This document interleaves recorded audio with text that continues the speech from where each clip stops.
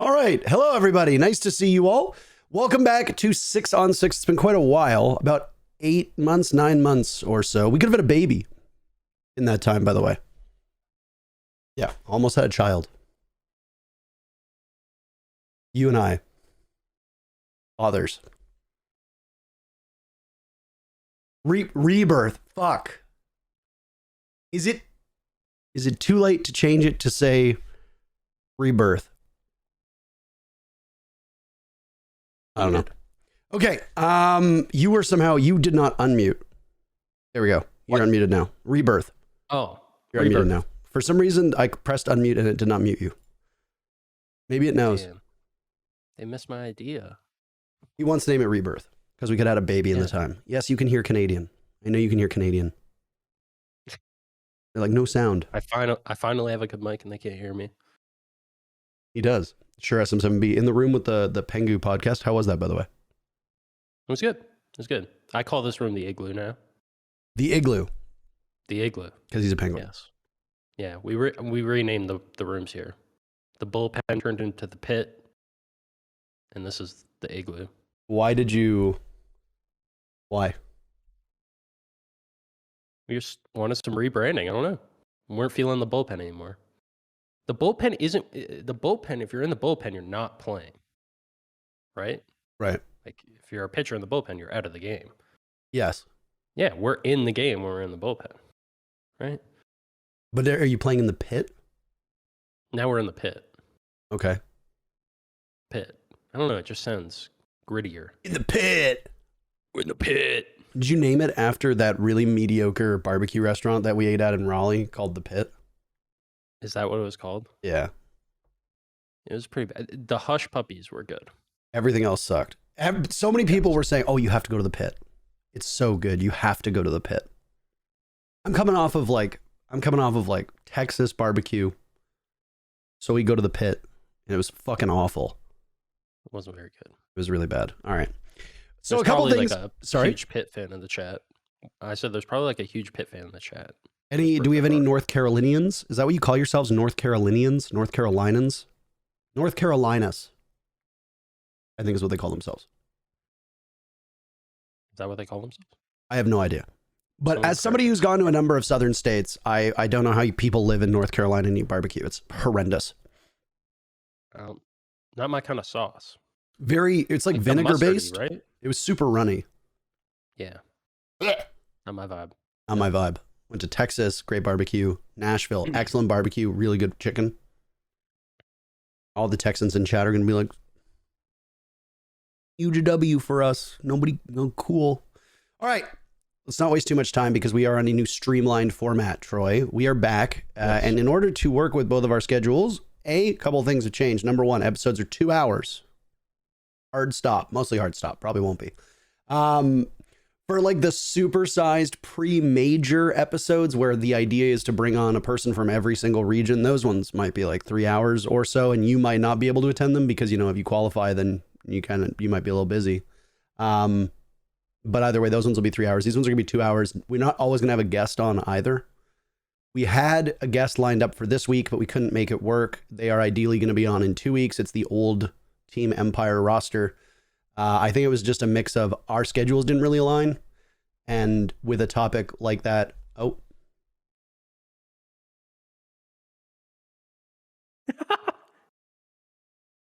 Great start. I don't know what happened. It just froze. Welcome back. Thank you. The return. We had a literal reboot in the middle of the show. The middle that's a stretch. I was like, we're going to do 2 hours. Troy was like, best I can do is 10 minutes.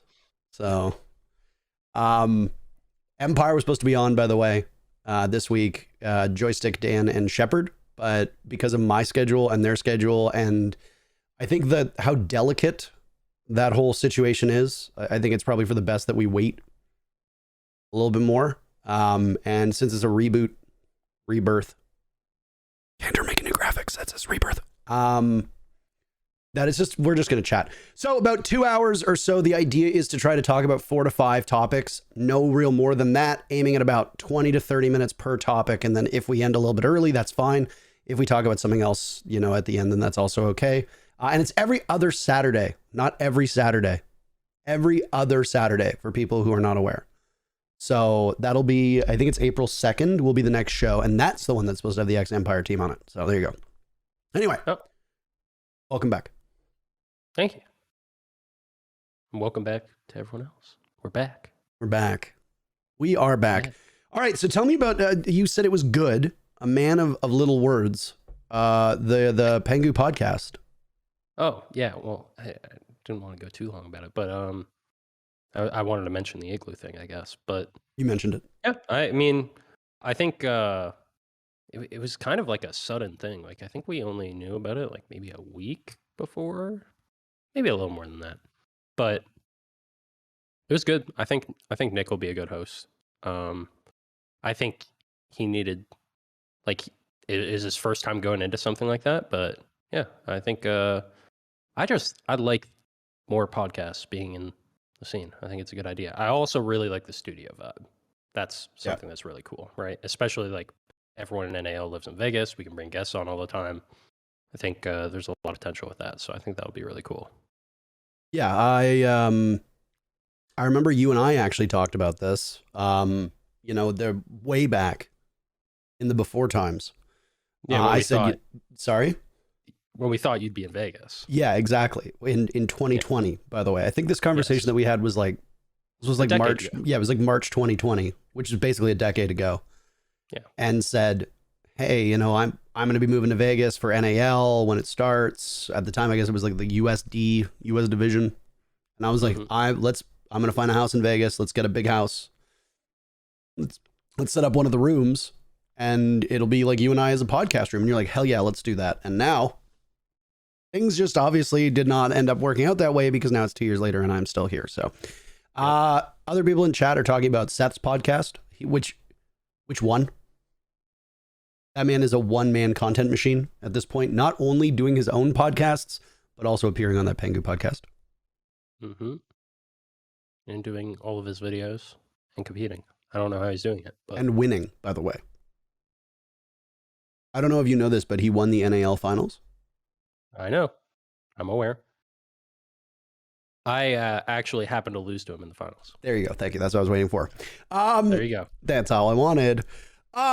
If Super says it, it must be true. Whatever. He's been doing like interview content stuff. And I mean, the one thing that I feel like we're really missing, and as I've been diving into other esports, I've been trying to like expand my tastes in esports. I've been watching like FGC content, League content, CSGO content, even Valorant stuff. The amount of like experts who will break things down and walk you through stuff. And then it's like, we had Reaper doing that. And then after like 8 months, he's like, yeah, fuck you guys. And he left. Now we have nobody doing it other than Super. So, yeah, it's hard to do. I mean, I do think it's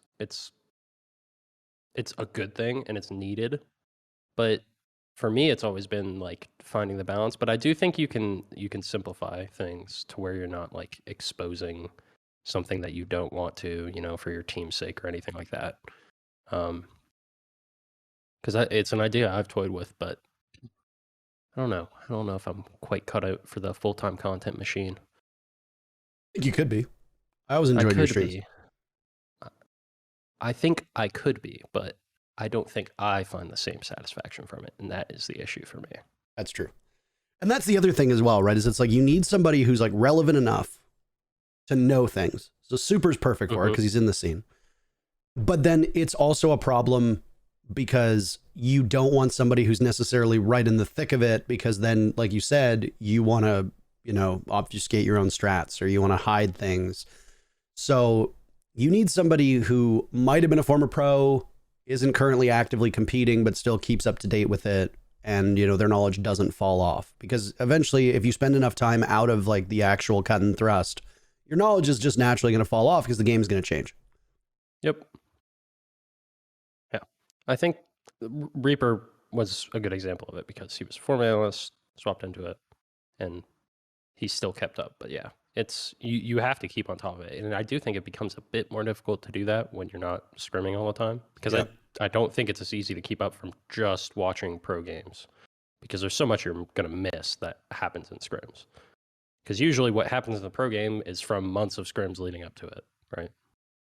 Also, just little things like roster swaps, who's trialing out on who, weird pocket strats, etc., that happen in scrims, like you said, that don't show up outside of that. And one thing that casters in other games do that, Kix and I had talked about a couple times, and I'm sure, Nick and I will have no problem doing this either, is sitting in on scrims. It's not uncommon in other games for casters to sit in on the scrims of other teams and watch, like, oh, this is new, I'm ready for this, something like that. But obviously you need the casters to be like unbiased, neutral figures, but you also need the teams to trust that. And I know some teams in certain esports, like, they stream their scrims. In Rainbow Six, it's like scrims are like this super closely, held secret. So, I mean, understandably so. It's the same as in CS, where it's like much more secret, right? But I wouldn't be surprised if some people have the opportunity to spectate in that game. I'm not sure though. I think that could still be a thing, but I do think it's more down to who feels they can trust people enough, right? But I do think it could be a thing in Siege. I mean, especially in NA, scrims could not. Especially in NA when we've had issues with like VODs leaking and stuff. Yes. I mean, I've heard the same in other regions. Just like strats leaking, all that stuff. The group chats. The downfall of everything. Those Twitter group chats, man. Dangerous. They control the world. Really. All right. Nice little introduction for us now, 10 minutes.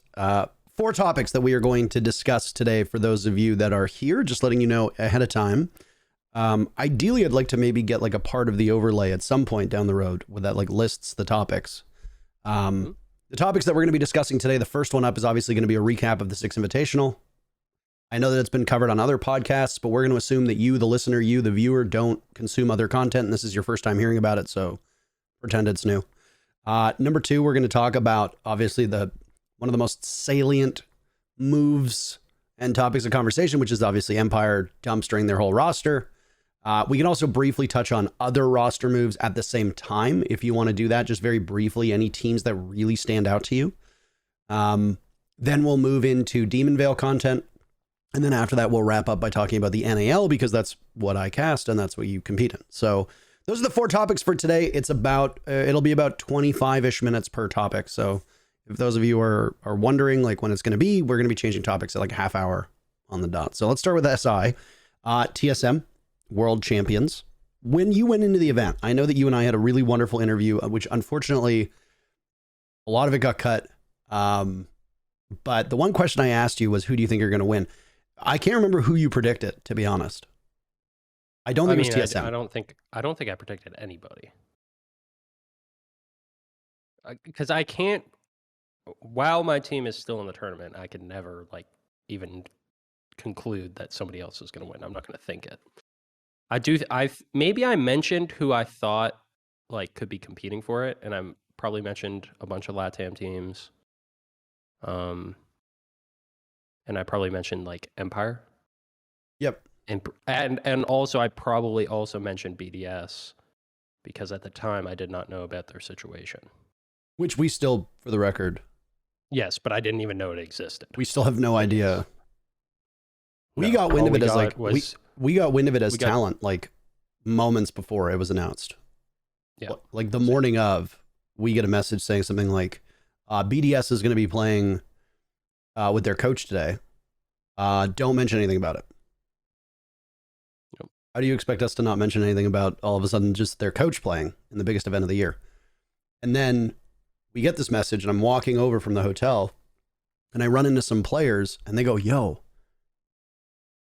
did you hear what happened with Rafal? I was like, no, why? What? And they're like, he's got like all of his bags packed. He was getting in a cab. I was like, what the fuck? I didn't know anything. Yeah. I didn't even know that. Like I hadn't even heard that. And then one of the group nothing. chats was like, "Oh, he got caught smoking weed." So that is what I heard about. Yeah. But I heard it like a rumor from a group chat to another group chat to this group chat, and then I heard it Just from like human centipede of like T3 NA players, just like. I'm sure it started with T3 EU to. Yeah. There's inter-regional group chats. I'm pretty sure, man. It's all over the fucking place. Yeah. Yeah. Yeah. We still don't know what happened, and I don't know. Like I don't know what it even could be, because you would think by now it would have been released either by BDS or Ubisoft, especially after like the whole team, pretty much everybody on BDS was like, one day you'll find out. The truth will come out. And it's like, well, we're waiting. Where is it? All we got was like the vague BIOS tweet of like someone rolling a cigarette. Well, no, he made a joke about. And it's like, this isn't weed. Yeah, he made a joke because apparently like the rumor that we had heard was like Rafal got caught like rolling like a cigarette, and somebody from like NA said that it was weed. And that's like what came out of the group chat. And I'm just sitting here being like, I, as a 31-year-old, having to talk about rumors from like a group chat about some guy like maybe rolling a cigarette and being eliminated from a competition is just so dumb. Like my brain hurts. I don't know. Alem said it was like sabotage or something like that in his tweet. I'm not even gonna like try to guess what happened, because like the tone of all these different things that I've heard is just like so different that I couldn't possibly tell you. We know it wasn't murder. We do know that. We can rule that one out. There we go. Rafal did not murder somebody. He did not. You heard it here first. 6-on-6 exclusive. Obviously people at BDS doing really, really well. They first team eliminated. How can you? Yeah. I mean, BIOS is obviously not a bad player, but I mean, no. Is he a?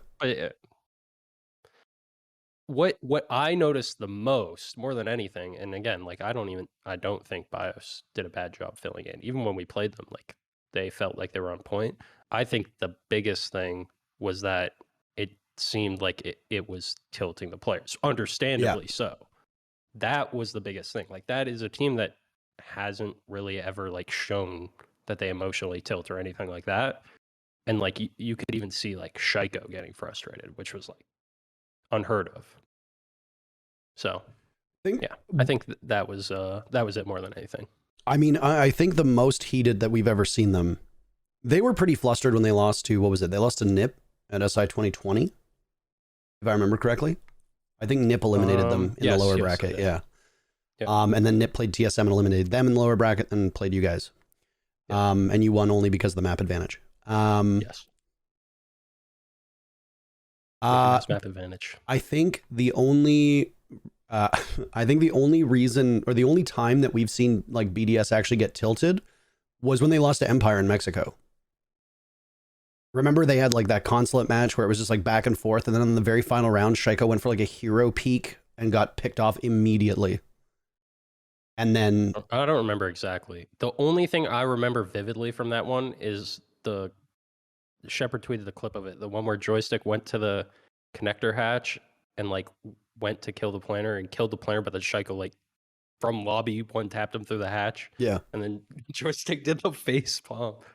That clip is hilarious. That clip is so fucking funny. Absolutely incredible. No, but afterwards, BDS were super tilted because they go to the finals if they win that against Team 1.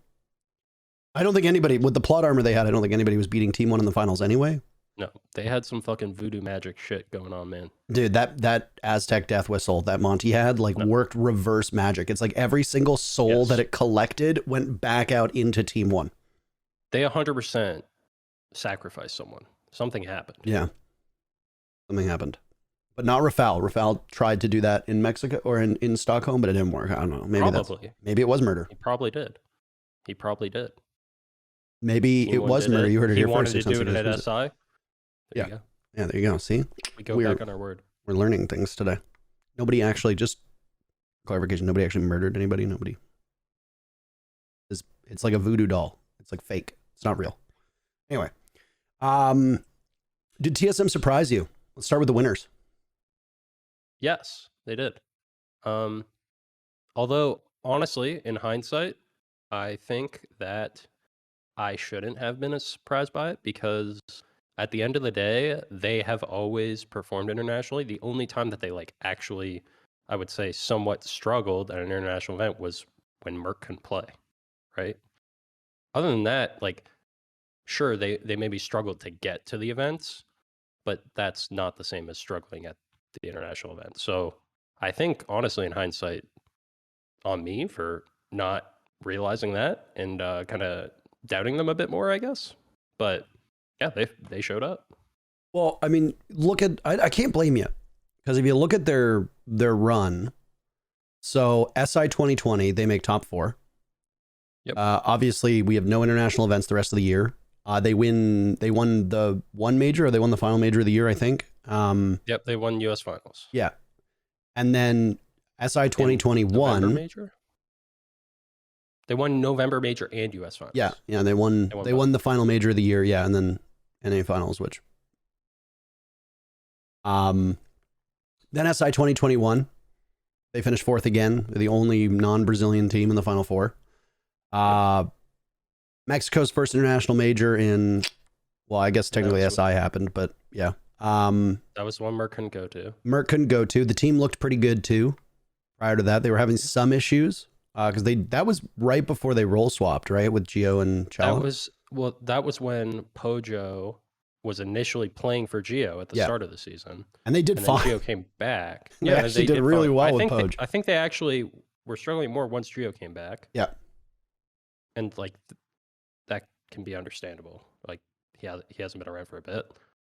And then then Merc couldn't play at the event, and then they did the role swap.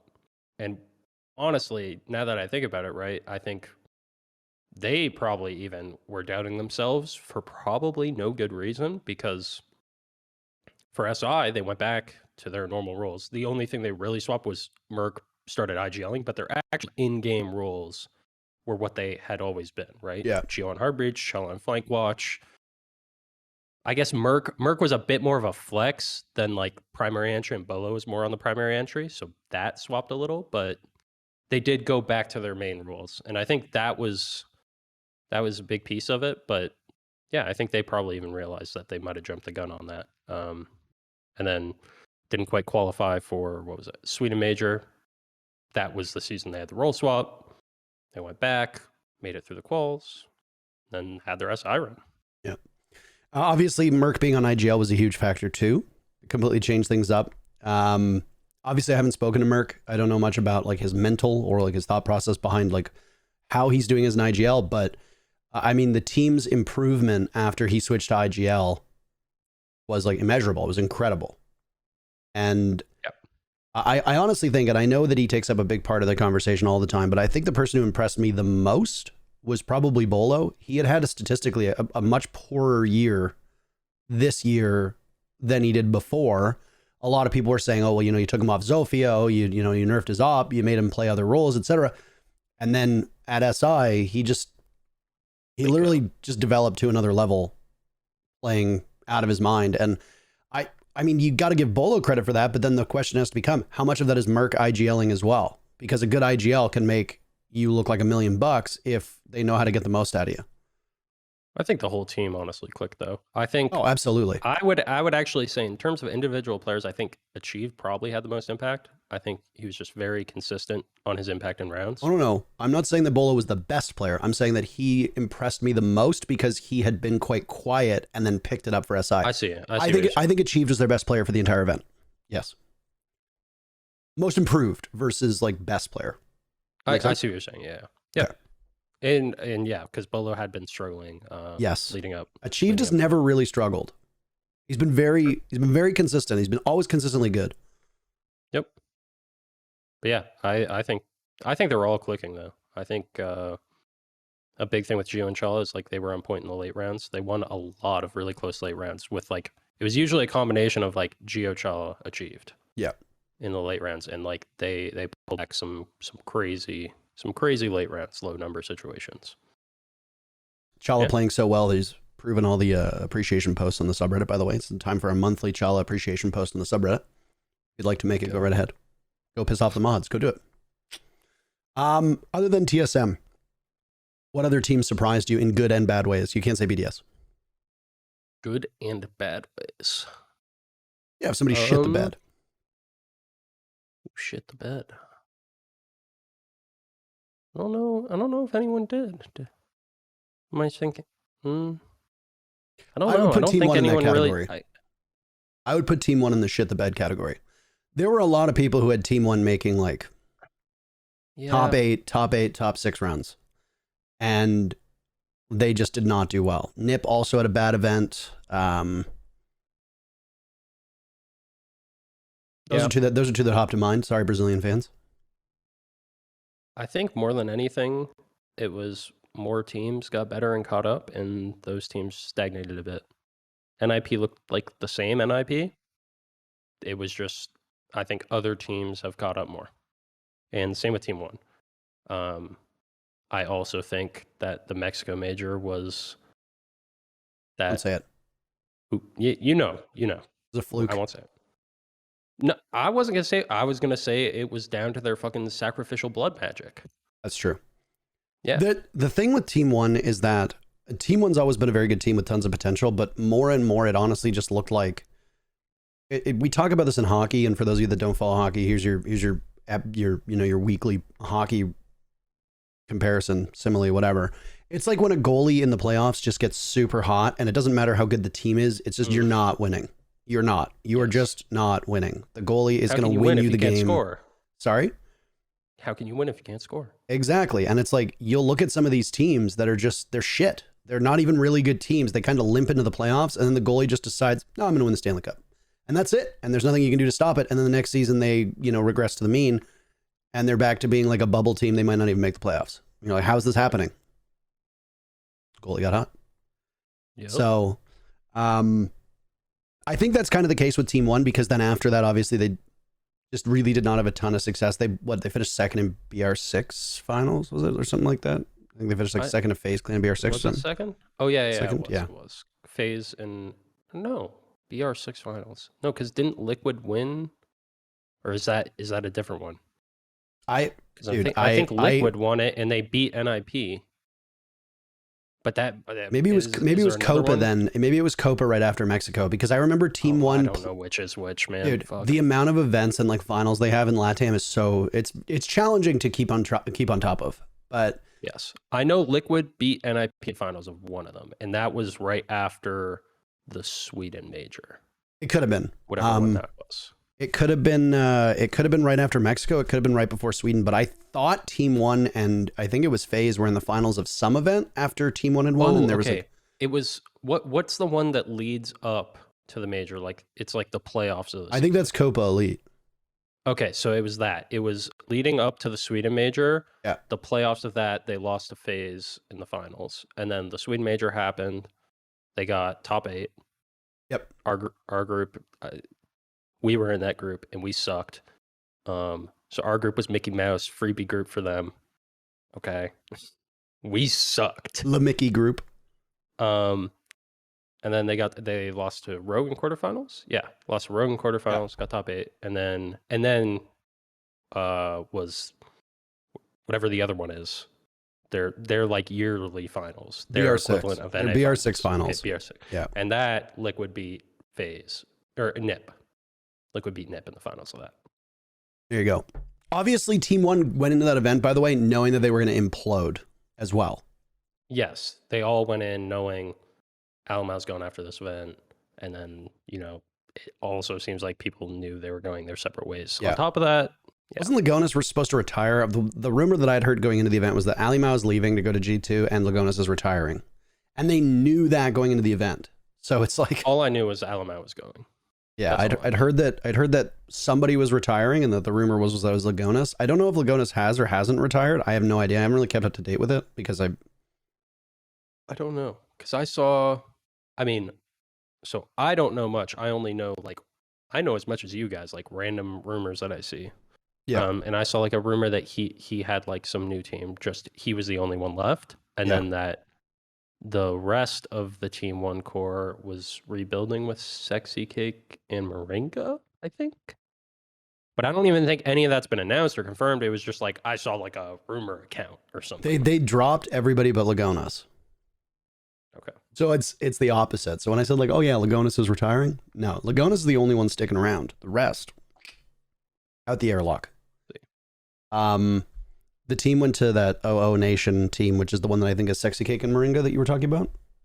I believe so. Yeah. Honestly, man, at not speaking Portuguese, it is so challenging to keep up to date with what goes on in Brazil. It borders on impossible. I agree. So it is difficult. I just wait for the announcements. Yeah, there's been some good leakers actually in the off season. There's been one in Brazil, and then there was the I think he's a UK guy that was like 10 out of 10. Oh yes, that guy was like he's just throwing shit at the wall. Dude, I was seeing shit and I was like, is that real? I'm reading these and I'm like, see, for me, so our little group chat guy is Rob Pamba, and so I just go to him when I see some shit, and I'm like, yo, Rob, is this true? And he's like, yeah, they said it in this group chat. I was like, oh, okay, guess it's true. This is literally the like group chat human centipede that we talked about. Yeah, when I saw the Blast of Parabellum one, I was like, wait, what? Like, this guy's making shit up. Yeah. Nope. No.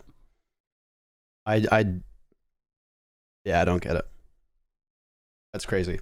For the people asking in chat, by the way, I don't know if any of this shit's been announced. We're just talking about rumors. I don't really care if this stuff has been announced or not. Some orgs like to sit on their ass and wait weeks to announce things that have been like public. Some are rumors, but yeah, some are announced, but like, I mean, like if we think they're rumors, like we don't even know. We can't even confirm them. Like the Sexy Cake thing, like I have no fucking idea. I don't care. I also just don't care. I'm at the point now where it's like, if you're going to sign somebody and be screaming with them for like weeks on end and not say a word, then that's your fucking problem. Like, not my problem. You know, like, sorry, I take off my caster hat and I put on my scuffed podcast hat and I sit here like a podcast host and I'm like, yeah, we'll talk about rumors. I don't give a shit. Fair enough. So I see it. Wrapping up SI, your own performance, DZ's performance. Recap how you did. I think we were a little inconsistent. Like how we felt going into the event, I don't think we started how we wanted. And like through groups, I think we were very hit or miss. And playoffs, I think we showed up more. But we fucked ourselves over in groups by putting ourselves in the lower bracket. And that was because of our inconsistent performance in groups. I do think we showed, our kind of potential when we were playing well, like our TSM match, our second Furia match, that kind of stuff. Like when we were clicking, we really showed what we were capable of. We ended up getting I'd say a result we could be happy with, top 8. I'd say pretty satisfied with that, coming from the Sweden major prior, where we literally just got rolled over. So, improvement. But yeah, I do think we could have done better. I do think we started to realize some things about ourselves and how we need to play against certain teams. But yeah, we kind of shot ourselves in the foot in groups and then got a matchup against FaZe. And I mean, FaZe is a tough team to beat. So get against them in lower losers bracket. What can you do? I think that was it was a tough matchup for us, map pool wise and playstyle wise. I think we'll be better prepared for it next time. But yeah, overall though, I'd say pretty satisfied. I think, like I said though, our group stage could have been better, and we'll do better next time. Final point before we move on. Yeah. What did you think of the group stage format?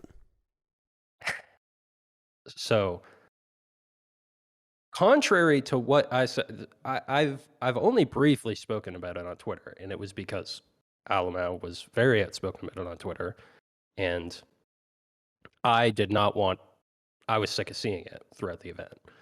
But I was not a fan of the scoring system. You get 2 points if you 2-1, 1 point if you lose 2-1, 3 points if you 2-0 none. I didn't like that. I don't know what the ideal scoring system should be. But so what was a ridiculous situation for us was our last match of group stage against Furia. We were going into the last map. 1-1. We're going into the last map. And it was literally already decided that even if we won the last map, and we would end the group stage 3-1, if we won the last map, 1-2-1, we would end the group stage 3-1, but we were still locked into 4th place. We would have the winningest record in our group, but we would be in 4th place. We would have more wins than 3 teams that were ahead of us. And obviously, like, I'm not going to fucking say shit at the time because we put ourselves in the situation. Is what it is. We didn't even fucking win that match, so can't even talk. But I do think it was a ridiculous situation. I do think that the situation with, what was it, Group B? The OXG, MIBR, Navi, Team 1. That would, like, it kind of showed it, right? Like, teams that were winning more games. I will say, though, you go into the event, you know it. You don't fucking say shit at the time. It is what it is. You know how the format works. You play it out. You don't fucking say shit. But going forward, I would like a different scoring system, I think. I'm a believer that a win's a win, especially in a best of 3. I don't know what the biggest difference could be. Maybe, wait, what did Ice Cold say? OT, win should give you 3 points, just like regular win. Yeah. Well, I'm taking you mean 2-1. But I think that could be the biggest difference. Even if you lose 2-1, you get 1 point. And then, you lose 2-0, you get none. But if you win, you should get 3. You shouldn't get punished for winning, I feel. I mean, I think you get punished for dropping the map, though. The conversation that came out, though, was that in 2 really evenly balanced teams, it should go to a 3rd map. Yes.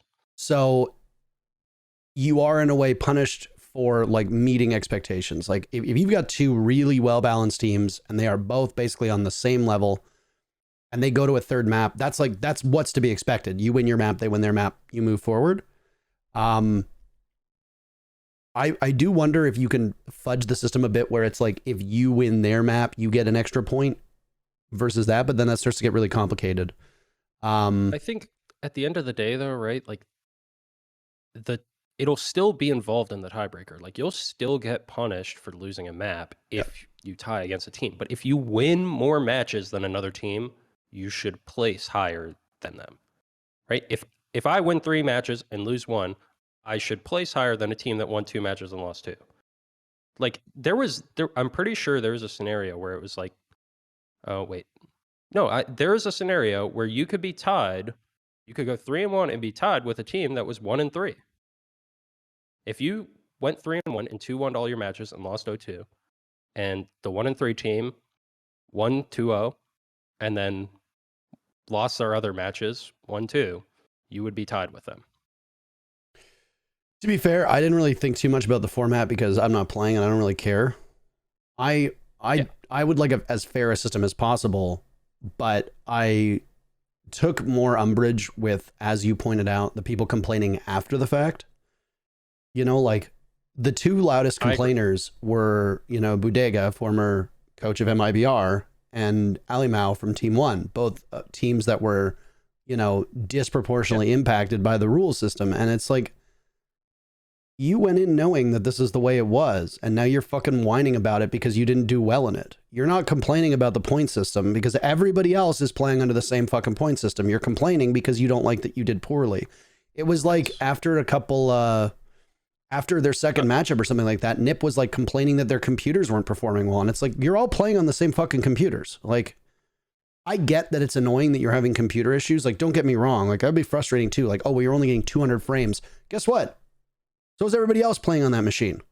So it's like, I get that the circumstances are frustrating, but like you're all handicapped together. So I just kind of sit here and I'm like, you just want to complain for the sake of complaining. You want to complain because you fucking lost and you just can't like own the fact that it's like you came in and you knew the format and yet you got dumpstered on it. I'm sorry. That's just the way it works. Like, yeah, that'd be annoying for me, but you know how you fix that? You play better. That's it. I agree. So I agree. I do think they, like, again, I wasn't a fan of the format, and I do think it's valid to bring it up, but I feel you should just wait until after the tournament. It's going to have the same impact. It's not like if you bring it up after the tournament's completed that no one's going to listen anymore. Yeah. It's not the case. I do feel for the Brazilian teams, though, because they have talked many, many times in the past about what happens when they lose. I mean, Julio and Nip got eliminated, and Julio like deactivated his like Instagram and Twitter account for like a day or two. And you know, I've seen in the past, like this is especially prevalent with like Liquid fans, is that like Liquid will lose a match in like the quarters or like the semis or something, and their fans just brigade them. And you'll see tweets from like other teams, and you'll see tweets from like Rafa, their manager, basically saying like, don't send hateful messages to us for losing. And TSM fans, by the way, do the same fucking thing. Like TSM will lose a match and Merc will complain about getting like death threats and hostile DMs. And it's what happens when you have like a really large, really passionate fan base, is you almost have to like preemptively make excuses, because if Nip gets blown out and their fans like revolt and they're like, Nip, you fucking suck, blah, blah, blah. But then Julio puts out a tweet like, it's because the computers sucked. Now the fans are no longer mad at you. Now the fans are mad at the computers. Like, so instead of the fans brigading like Julio and Muzi and Psycho and all them, now the fans are like, fuck those computers. And then that's what they get mad at. So it almost seems like Team One's disappointing performance by Ali Mao saying like, oh, it's the format. All of a sudden, like the Brazilian fan base that supports Team One are like, yeah, it's the format's problem. We're not mad at Team One underperforming. Maybe. So if you make an excuse, it's like a lightning rod, and all your fans just, they channel their energy at whatever that is instead of being mad at you. I will say it seemed like because like the way I responded to what Alamo was saying, it actually seemed like there were a lot of Brazilian fans that didn't agree with him. Nip are not a well-liked team in Brazil. Really? If you talk to like the Brazilian fans, it's like Team One, FaZe, and Liquid are like really well-liked. Nip, I don't know Nip are like the Rogue of LATAM when Rogue was in NA. I will say they're a quiet team, right? Like they're not very public. They play and they compete, and they're not, they're not on social media a lot, stuff like that. Right? I'd say like the most active one on social media would be Muzi, but he's literally quiet. Like he's a quiet guy. Yeah.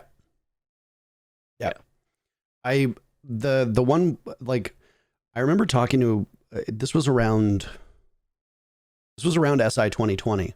There were obviously a couple Brazilians in Montreal, and I talked to a couple of them one night before, I think it was right before the grand finals, and I was like, is Brazil fucking pumped that like Nipper in the finals? And they were like, not really. It's like people don't really like them. Like if it was FaZe, like yeah. If it was like Liquid, like yeah. But like not. And I get it's not probably just because, yeah, they're less outgoing as a team, and they're a good team, so they're beating these teams that other people are rooting for consistently. Yeah, even and the other thing too is that like Nip fans and like FaZe, Liquid, and like Team One fans, they all fucking hate each other because like, I don't want to get into this again, but like Liquid, FaZe, and Team One players have all called themselves world champions at one point or another. And the only LATAM players that are actual world champions are Nip. So like the fans fucking hate each other because every single time the conversation comes up and like Team One or FaZe or Liquid are like, we're world champs or blah, blah, blah. Like, their fans are like, yeah, they're world champs. Then the Nip fans come out and they're like, no, they're not. And then people like lose their fucking minds. Anyway, I don't want to get into this conversation again because Cat gets very angry every single time I do it. I know he does. Dude, he gets furious. I know. He's world champion, man. My brain is just melting. Anyway, Ubisoft considers SI the world championship. That's it. It doesn't matter what I think. It doesn't fucking matter. It doesn't matter. Ubisoft calls SI the world championship. The winners of SI are world champions. That's where it ends. People are like, well, how can you do that? Well, it's Ubisoft's game. It's Ubisoft's event. I think they kind of get to call what things are, So Yep. Anyway, I agree. next topic is our favorite Russian team, Empire. Did you know going into SI that there was any choppy waters, any rough seas? I had no idea. Absolutely no idea about that. Okay. I knew that they had their COVID situation at the event. And then Well, kind of hard not to when they were trapped in their room. Yeah. Well, yeah, obviously. They were like a floor below us because you were on my floor. Yes. Right? And they were like a floor below us. I don't know. So we knew. But yeah. And then I knew when they told me that they had COVID. Oh. That's when I found out. Oh. Like you saw him and you're like, I have COVID. Yeah, actually, Shepard came to my room and was like, I have COVID. And I was like, why are you here? And he's like, letting you know. He's like, super spreader. No, I mean, when we got the email that said that like these people would not be like participating. Yeah, I was about to say. No, I'm not getting like up close. I'd imagine. I'm not getting up close and personal with somebody who's like, give me the vid. No. I would imagine. No, we got that email like the morning, whatever, before they announced it on, was it Twitter? They posted like the following players like all tested positive for COVID. Yeah. And I saw that and I was like, what the fuck? There was a lot, man. It was like 5. And that was right after I'd been doing like in-person interviews for like almost 2 days straight, feet away from them. A lot of the people that were though, like they were literally, they tested negative the day of when groups started. Yeah. Like it all, because it was like Furia, OXG, Nip, Navi, Empire, Elevate. Yeah, and then Mighty from Nip. Oh yeah, and Nip. Yeah. And then I think that was it. Yeah, and but then, which was a bunch of them were back and fine literally the next day. Yeah, it was. Also, some of them were like false positives. So, for example, like Doki. OXGs. Yeah, also Doki. Doki had COVID like 3 weeks before. Mm-hmm. And I don't know what it's like in Sweden, but here in Canada, it specifically says that like if you've had COVID within like 90 to 100 days or something like that, you do not need to get tested again because of A, natural immunity, but also B, because false positives will still pop up. Mm-hmm. So if you, I think it's actually like 120 days or something like that. You don't need to get like a return test to Canada if you've had COVID because they just assume like you have natural antibodies, whatever. And also you don't want to get a false positive, but it's also worth noting that the rapid tests are really ineffective. Yeah. Like crazy ineffective. You know, like I had friends that caught Omicron back in like late December, early January. And it's like, they got a PCR test. It came back positive after they got like 2 rapid tests the night before and that day that both came back negative. So not to be trusted. Anywho, Empire, you didn't know there was anything brewing in the background. No, and then they had their run, and then Shepard tweeted at the end like that he was insanely happy with the run, and that no one really understood like how much was going on for them. And I read that and I was like, okay, well, I understand the COVID situation, but like that wouldn't warrant that tweet because it was like much more cryptic, right? Like he could have just said, with our COVID situation, you know, I didn't expect to have this run, but it was like, there was more to it than that. And that's when I was like, okay, what the fuck's going on here? And then I started hearing rumors about the new Empire roster where it was only Scyther left. And I was like, the fuck's going on? Which is funny because the rumor that I heard at the event was that Scyther was getting dropped after the event, no matter what. So there was, I remember somebody not affiliated with Team Empire. Somebody, I think it was an EU player where like, the team, like half the team like hates each other, but they also just like, they don't like playing with Scyther anymore. And I remember there was somebody who's not a player said to me, they're like, Always and Shepard being in their rooms, like not on stage, like with Scyther is like the best they've ever seen, like the team's spirits and happiness because like they are physically separated. And then they all start playing on stage and it's like, you can tell like with that in like the back of my mind, you can kind of like see it when they're on stage together. And then I started to hear a rumor that no matter what happened at the event, they were dropping Scyther afterwards and they were going to pick up a new 5th. Which, if the reason for that was attitude issues, then, you know, like, that's great. You get somebody in who's got a better attitude. The team is already, you know, arguably second or third best team to ever play the game. You know, Yep. Scyther's a great player, but if, you know, you're having issues with his attitude and you bring in somebody who's better, the sky could be the limit for the team. And then after the event, I start hearing rumors, well, haha, Uno reverse card. It's actually not Scyther who's getting dropped. It's everybody else. Yes. And then, to top it all off, they don't even get a spot. Yeah. Or a team. Yeah. Which is, yeah. So, I mean, recapping what Joystick said on the stream was that basically the org and the team could not come to terms. I think the sticking point was that the org wanted to get rid of the coach, Zeka, and they wanted to bring back in Razor GM. And the team had issues with Razor in the past for like toxicity and Razor not being like as effective a coach. And they felt that Zeka was a much better addition to the team. And they thought that they were playing way better, blah, blah. And then the org was like, no, fuck you. We don't care. We're making this move, which I don't know why the org would make that move, because I think that with Zeka, they were a much better team. I don't know if it was money. I didn't understand that either. Why do you want to bring Razor GM back in when the team is like very clear cut on not wanting to play with him or under his leadership, rather? Yeah. Like, I don't. Well, and also just like literally their transition, right? They did well with Razor as a coach. Yeah. But then they started to decline. Then they brought Zeka in. Yeah. Removed Razor. And then they actually started to do better because it was right around Mexico Major, I'm pretty sure, when it happened. And then they started playing better again. Yeah. So why would you want to go back to that? Like, clearly he's been effective.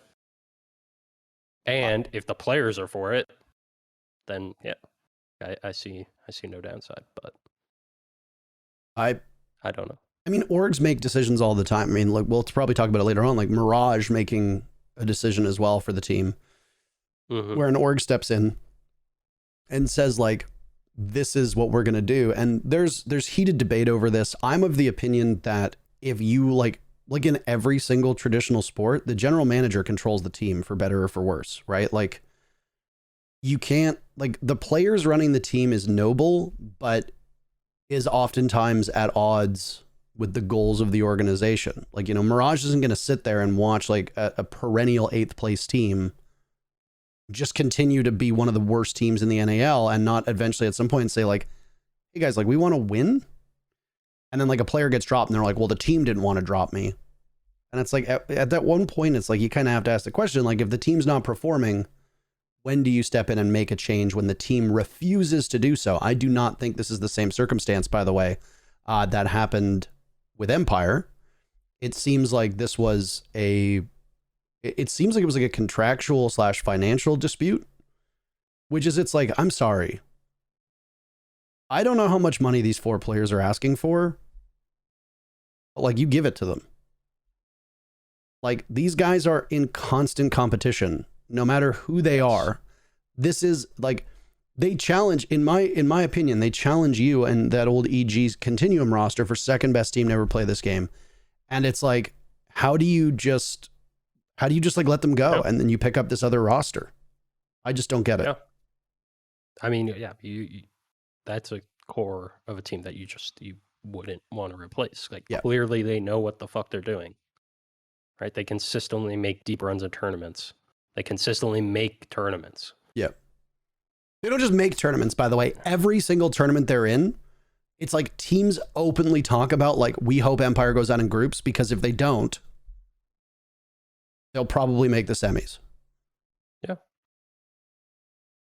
Like, I mean, obviously the invasion of Ukraine by Russia is a factor too. And they talked about that, where I can't remember if it was Joystick said on stream, like, there was interest, but concerns over like sanctions and whether Russians could actually play, obviously is a major concern, which. Yeah, I saw a tweet, I think, about like Navi was going to replace the roster with them initially. I mean, I hate to be this guy, but like Navi's a Ukrainian org. Yep. Like there is like a national sense of like thing with like a lot of these EU teams, like people will say, you know, like an Italian org wants an Italian roster, like a French org wants a French roster, you know, like that's kind of how it works. So there were of course rumors that Gambit was also going to pick them up, but now like Gambit might actually just be like fully closing. I don't know if you've seen like the CSGO, like Valorant stuff that they have. They have like one of the best Valorant teams in the world. They've got a really good CSGO team. Yeah. And now it's like Gambit might just be fully closing. So, it's just, I don't know. It's a shit situation. And it's hard for me to not get angry because I don't like teams. I like players, but I like the players on Empire. And I always find it exciting to cast Empire games. And I think that like the core of that team deserves so much fucking better than they got. Like what a despicable move by the org. I mean, I hate to say it. People are like, well, what if the players wanted to play hardball, blah, blah, blah. Who gives a fuck? Like, you think like Penta and G2 didn't bend over backwards with that roster? You didn't think EG did the same for you guys? Like, you got a great team. You pay them. Yep. So it goes. Yep. I don't know. There's not a lot to say about the situation, but definitely they deserve to be competing. Yep. It's just it doesn't feel right. The thing that irritates me from like a historian perspective as well is that every time we reference Empire now moving forward, the org is going to get the credit for that when they don't fucking deserve it. You know, like we're going to talk about like, oh, Team Empire. We're going to talk about, oh, you know, the Empire G2 match. We're going to talk about like Empire BDS. We're going to talk about like Empire's run at SIs and blah, blah, blah. And then like the org is tied to the history of that core. Yep. Like they literally replaced, what got them all their accomplishments in the game. Yep. Yeah. This has happened before though. I'm trying to think of, I think it was Call of Duty a couple years back. You had a couple of these really shit fucking fly-by-night orgs. Denial, I think was one of them. And then I think another was like Midnight GG or something like that. They literally like, they picked up a roster that the roster got the spot, just like old Rainbow Six Pro League did. When like Noble did that too in COD. Could have been. I think. I don't remember all of them, but I remember that the players got the spot. And then the org like stepped in and bought the players and then literally sold all the players and just kept the spot. Yes. Trash bag fucking orgs, you know, like absolute fucking trash bag orgs. And I will say that those that's fucking bad, but that situation still wasn't even as bad as like Empire literally got fucking second place in the world. For the record, last 3 events, second place at Mexico, grouped at Sweden, second place at SI. Did they get grouped in Sweden? Yep. I thought they made playoffs. No, I'm pretty sure they got grouped. I'm like 99% certain they got grouped in Sweden. Sweden major. I don't know what I'm thinking. Yep. For some reason, no. And they got grouped. They got grouped in Sweden. Because that was part of like their that was part of their storyline at SI was like we finished so well in Mexico and then we got fucking embarrassed in Sweden. Yeah. Like who would even get grouped in Sweden? Good question. Only shitters. Exactly. Only shitters. Top 8 at SI though. That's what matters. This is true. We got embarrassed in Sweden and then we got slight Sweden redemption. Yeah. The other thing that people need to recognize, by the way, is that while Empire brands itself as Russian, the org is based in Estonia, I think was said. I think their manager said that. The org itself is in Estonia. I don't know if the org is Russian, but I know that they're not based out of Russia. So I don't, the whole like ownership of like orgs is very interesting because VP came out. I don't know if you saw the Virtus Pro announcement where they're getting canceled because of the sanctions that like ESL put on them. But then apparently like some journalists dug in and one of the owners of Virtus Pro is like some Russian oligarch who got sanctioned by the US. So it's like you're getting canceled. Imagine. I didn't see VP's tweet about that, but dude, imagine they're like, Imagine using cancel culture like as a shield in like war. I know. We're being canceled in war. Like, can you imagine like the powers who be in World War II being like, the United States and the Allies are trying to cancel us. Cancel culture, it's coming for you. Like, how This is too much. Dude, how morally bankrupt do you need to be to invoke the specter of cancel culture because of a war? Like, oh my God. Anyway. I did not see that from V. Oh, it made my brain hurt. Anyway. Anyway, like I said, they came out and they said that. I have no idea the specifics of it. I don't really care. But I thought that the post was very funny because they're like, we're being canceled. And it's like, that's not what it is. Anyway. No. That is not what it is. It was a bit of a bummer because I did want, like, Empire, that core of Empire, Joystick Dan and Shepard were supposed to be on the show today, but obviously things didn't really work out. So we're going to try and bring them on the 2nd of April, which is our next show. Just remind everybody here, in case you're not following along, this is not a weekly show anymore. It's bi-monthly. I always get confused with that. Bi-monthly mean once every month, or twice a month, or does it mean every 2 months? Or is it one of those weird? It's one of those weird things where it's like it means both. Wouldn't it be bi-weekly? Bi-weekly, does that mean it's twice a week? Yeah, I know. See, everybody's saying it means both. It means both? It means both. Oh, yeah. It's every other week. Let's just put it that way. 2 weeks or twice a week. So we are bi-monthly and bi-weekly. You know that. But we are also not bi-monthly or bi-weekly. It's quite the situation. Jesus. Everybody in chat is enjoying this. For those that aren't aware, a 2-week period is called a fortnight. So technically, our show is once a fortnight. I hate that. That's what we settle on. I hate that. That's what we settle on. I hate that. We are not bi-monthly or bi-weekly. We are once a fortnight. Once a fortnight, yes. We have to pivot our content now. We love Fortnite. Anything more to say about Empire, by the way? I don't think there's anything more to talk about. They've talked about it a ton. Other than the fact that we're both in agreement that it was a stupid fucking move, but... Yeah, there's not a ton to say, but we do have to say that it was fucking shitty, garbage, bullshit, thumbs down. The players deserve better. We'll just say that, like... And I agree. That's not even an Empire thing. That's a lot of esports things. Like, the players deserve so much fucking better. And a lot of these esports orgs that are out there just like...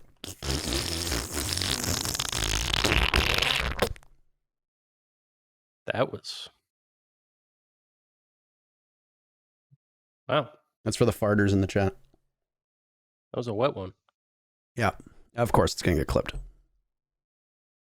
You just want to do content. Next topic is Demon Veil.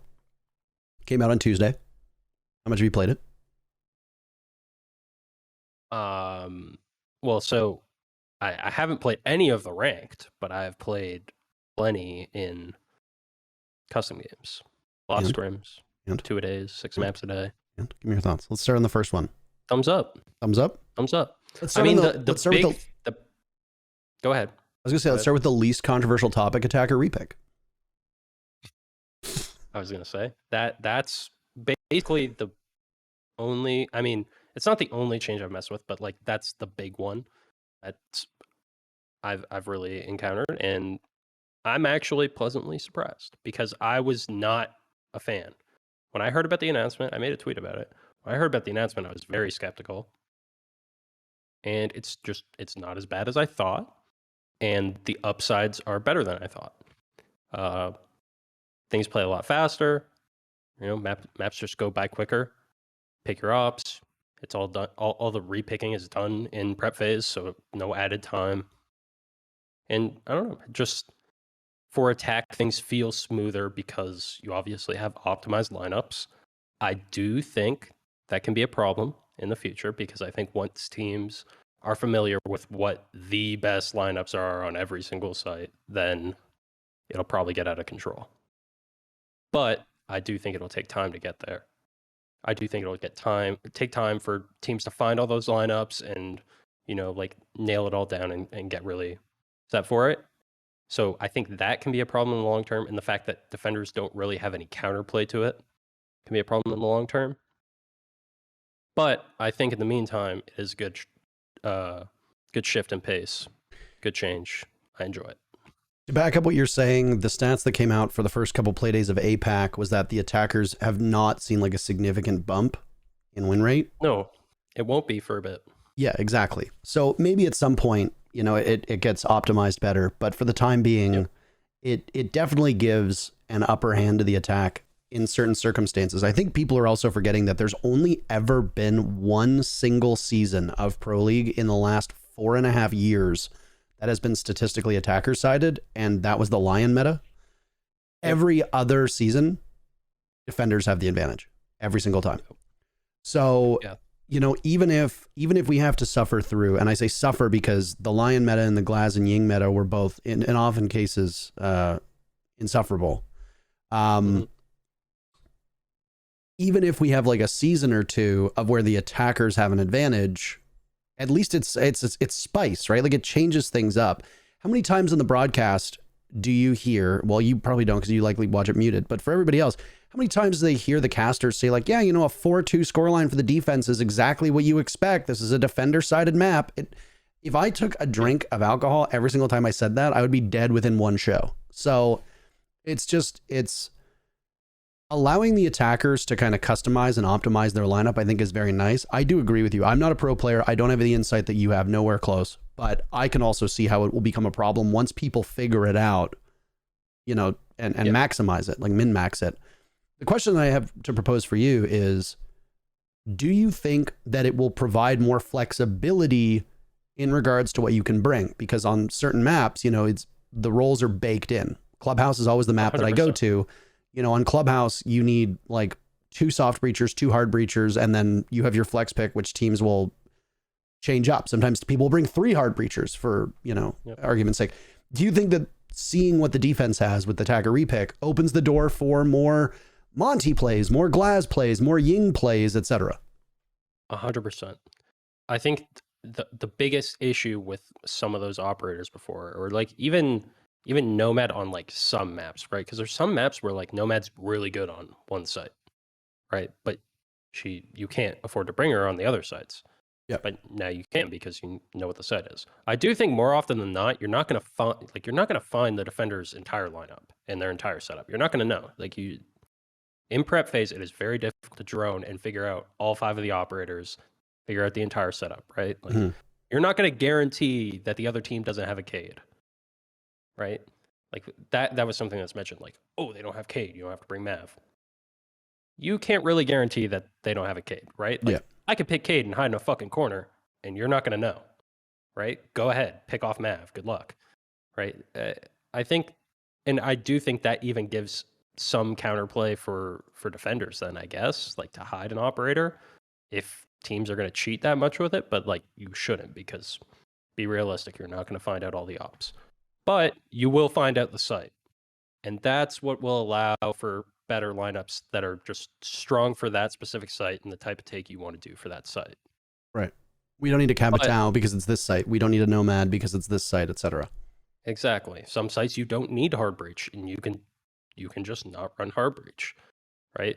I do think, yes, with time, it'll get explored more. You'll get stronger and stronger attacker lineups. Teams will get more comfortable with it, and it will become a bit oppressive, especially on some bomb sites. I don't think there will still be some bomb sites where it isn't. There will still be some bomb sites that are just really good to defend, and like there's not that much you can do about it. But I think overall it's a good change. But yes, I do think there could be some long-term downside. I think something that actually in the Pengu podcast the other week we mentioned was that when attacker repick was first thought of, the meta was significantly more defender-sided than it was now. And that's just because of how things progressed, right? Like when Mai got nerfed, Jaeger got nerfed, and teams just got better and better at attacking on these maps. And I do think the best teams have only gotten better and better at attacking. So I do think it could get a bit scary, but I think we have some time.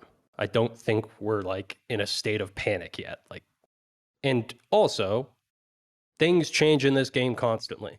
Like Ubisoft is going to change the meta again, not too far down the road. They don't leave things forever. Right. Like that's very evident.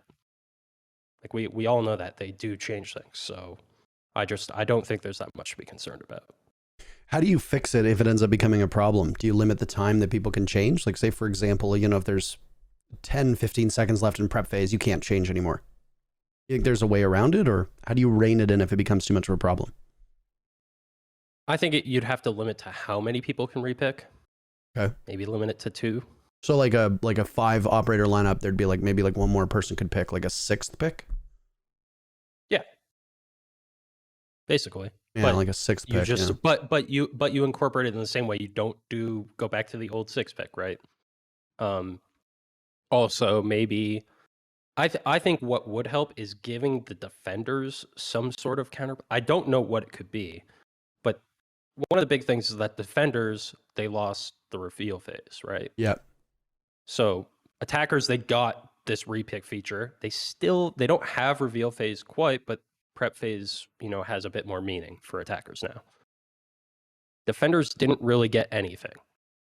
So maybe give defenders a little something. I don't know whether that is a reveal. I mean, maybe if you swap your operator, it is automatically ID'd. Right? I've argued since the beginning that the operator lineups just in general should just be auto revealed. Period. And I know that there are a lot of people who don't like that, and I get it. And obviously maybe you can tweak it at some point. But I've always been a big fan of just like reveal. Like, yeah, you lose like a little bit of the spiciness, but I mean, I argued it for the sake of speeding up the game because we have way too much downtime for like the average viewer. And I thought, you know, get rid of the 6 pick, just keep reveal phase and just go in. Yeah. I mean, they got rid of both though. So I True. think it's okay. Yeah. I think let's say you limit repicking to 2 ops, like two operators can repick. Okay. And if you do repick, then it shows which operator you selected. I think that could be a good sweet spot. It's hard to say. The point of attacker repick though was to try to boost the win rate of attackers, right? So I know. So the thing is that we it still would. True, but then you turn around and it's like, okay, well we're gonna show what they've flex picked to. Surprise! Doesn't that kind of remove the purpose? Well, not entirely though, because the defenders can't repick. The defenders don't have time to change their entire setup. All they can do is change how they play the setup, which I think is fair, right? I think that's fair enough for the defenders. Maybe it's not going to show the entire lineup. It's going to show 2 ops, maybe, right? Right. And then maybe there's a bit more incentive to not repick, right? Maybe you just had a crazy lineup at the first place and you don't even repick it. I don't know. I think it could have some interesting play. Again, it's hard to find a sweet spot with it. I just think that defenders need some sort of just like a small thing to play with, because attackers just have so much control, I feel like, going into the round. What would you do, or sorry, what do you think this is going to do for teams that don't drone? Because lots of pro teams, they find out the site and then their 5 drones just get scattered and just hid.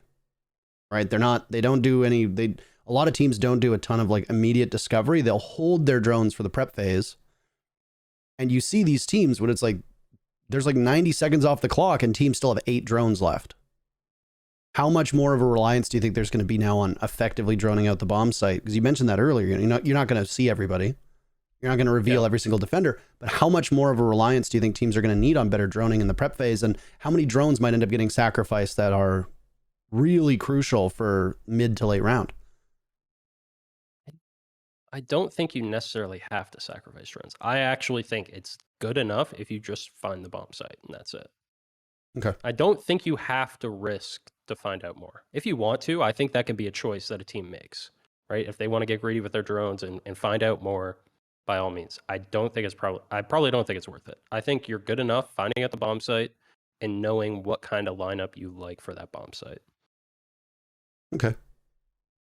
Because this is one thing that I think always gets passed by like the casual community, and it's very hard for us as well, because as casters, because we don't often see the drones. Like when we're spectating like the later portion of like the prep phase, etc., it's always on the defenders. It's always where are they putting rotates, where are they setting up traps, where are they barricading, how are they reinforcing, yada yada yada. We're almost never watching where the drones go. It's not exciting, and I just, the defense and the setup is often more important. So that's why your insight is particularly valuable here. I do think it's actually pretty crucial to look at the drones in the prep phase, because teams are going for pre-place on rooms that they want to control. So usually if a drone is pre-placed in a room, it just shows that the team values the control of that room. Either they want to enter it early or they want to have info on it throughout the round. Right. And that's usually what teams will do. I mean, they're probably, maybe their hard breach will keep their drone safe for sure, or something like that, right? A couple players might. But there's usually at least 3 players, oftentimes more, that are going for a pre-placed in a certain room. And I do think it can be indicative of what they kind of want to go for. It's one thing that Nick and I have been focusing a lot on more on our casting is the idea of intel, because you don't talk about it a ton. What on defense are you bringing? Valk is basically perma-banned at this point. Are they bringing bulletproof cameras? If so, how many? Is Mira in play? Are they bringing that? Are they bringing intel operators who are not traditional input intel operators, but like Aruni or Capcan or Legion, who provide information based on where their gadget is, and their gadget being destroyed, that still provides intel for your team. And during SI, one thing that Nick like consciously did was, I want to look at how many drones are remaining, with what time. Because, if it's a 3v3 and there's 40 seconds remaining and there's still 5 drones, in play, you have time to drone things out. But if you don't use that and you keep a look and it's like all 3 of those attackers die and they still have all 5 drones, why in a 3v3 with 40 seconds left did they not use that drone? So then dive into that too. So I think that looking at that is an interesting topic. Anything more to add, by the way, about attacker repick? Because we still have more to go on this topic. Nothing really. Is just, I guess I want to reiterate again that I don't think it's an issue at the moment. I do think long term it could be, and there will probably be need to be a change in some sort. And like what I mentioned, I do think that could be good down. I don't think that's necessary whatsoever right now, though. From what I've seen, I don't see people like completely abusing repick. I mean, they definitely are on some sites, but I've seen plenty of teams that don't even seem like they use it that often. They might change one operator. But I do think it promotes a different kind of skill set and approach to attacking.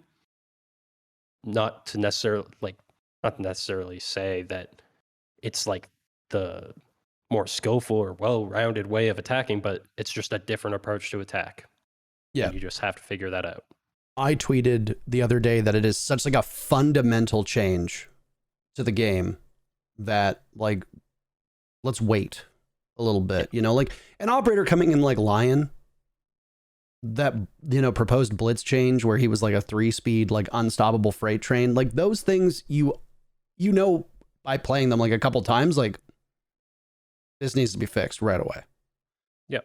There's egregious shit that gets added and it doesn't matter your skill set. You look at it and you're like, this is too much. But it's attacker repick. It just completely changes the flow. And there have been a couple tweets about how it hurts in ranked. And to be fair, I haven't played a ranked game yet this season, but there are countless times where I will play ranked. And I'm right by the last season, I played at like a high gold, low plat level. And even at that level, we were getting lineups on like Cafe that were like Buck, IQ, Fuse. And I'm just like, what the fuck is this lineup? Like, we need a more optimal route. Oh shit, somebody forgot a Thatcher. Oh shit, somebody forgot a Maverick. Oh shit, we need a second hard breach. Now with attacker repick, it seems like it would make ranked easier because you can say like, oh fuck, like there have been times where I pick a Thatcher and then nobody on my team picks a hard breacher. Mm-hmm. So now I can just go and pick and say, I'll just bring a Maverick then. You know what? We've got a Buck, we got a Sledge. I'm going to play Maverick then. Or I can say to somebody, hey, I picked Thatcher. Do you mind switching to Hibana? Could you play Thermite? It seems like it would be better for ranked, which is why I'm kind of surprised by a couple of the takes I saw on Twitter that were saying, you know, oh, it's making ranked like unplayable. If anything, I think that this would clear it up. Your team is no longer locked in to the bonehead compositions that you tend to see in ranked that I'm sure probably get worse the lower down you go. Yeah, I think more than anything, people just probably aren't used to using it well. They're not used to droning the right way in prep phase to make sure that they can, you know, decide what they want to use. Because like there's a lot of people that in prep phase, at least at lower ranks, they literally drive their drone in and die and get on their phone for the rest of the prep phase, or literally just sit outside the map and don't do anything for all the prep phase. Like, prep phase fucking matters now in ranked. Yep. It does. Even at my level, most of prep phase, I would wait, because a lot of the bomb sites are visible from the outside on certain maps. You don't need to go too far into the building. You hear the sound. Okay, it's basement on Oregon. Okay, it's kitchen on cafe. And then I save my drone. But I'll look around and I'll see 3 teammates. They drive their drone in. They scan the operators. The drone gets shot. And you're like, why are you wasting your drone? The most powerful ability in the game is your drone. Use it. Like, yep. if you drone somebody in, like a Zofia or somebody who's got like flashbangs or grenades and they don't have a Jaeger or Omai on the board, a drone and 1 grenade is like a guaranteed kill in like bronze to like plat. But people just don't do that. I agree. We need to like onboard them to the point where it's like, if I'm droning you in and giving you like site specific call outs, like, hey, there's somebody right here. That's a free kill as long as you don't whiff. But then people don't realize the value of their drones. They drive their drones and drones get shot. And it's like, well, I didn't know, you know, I just entered the map on the 3rd floor. If only you were given 2 gadgets that allowed you to discover if somebody was waiting for you when you entered the building. Yeah. And now there's more impact on the drones now, because now you can use it well in prep phase, and you can change your lineup. You can just change your op. But I do think there's probably going to be more emphasis on communicating in prep phase, which it didn't fucking matter before. I mean, it doesn't even happen in plat level. Site. It just does not. Right? People just don't communicate. Yeah, exactly. Yeah. But now you can say, oh, it's this bomb site. Can we get this on this site? Right? Like, yeah. I just think that it's the transition of where you kind of focus, like, as opposed to focusing during off select, you just focus during reveal or during prep phase. Yeah. I hope that people of all levels learn from this. I am not optimistic, because I still see people at high gold, low plat level reinforcing between sites. Mm-hmm. So, but I think that there's lots of potential here for attacker repick. We have a couple more minutes before we move off the topic. So let's move over to the operator, Azami. I have no idea how to pronounce her name, by the way. I think it's Azami. I think so. I don't know. Incredible operator. You think she's going to be a nightmare?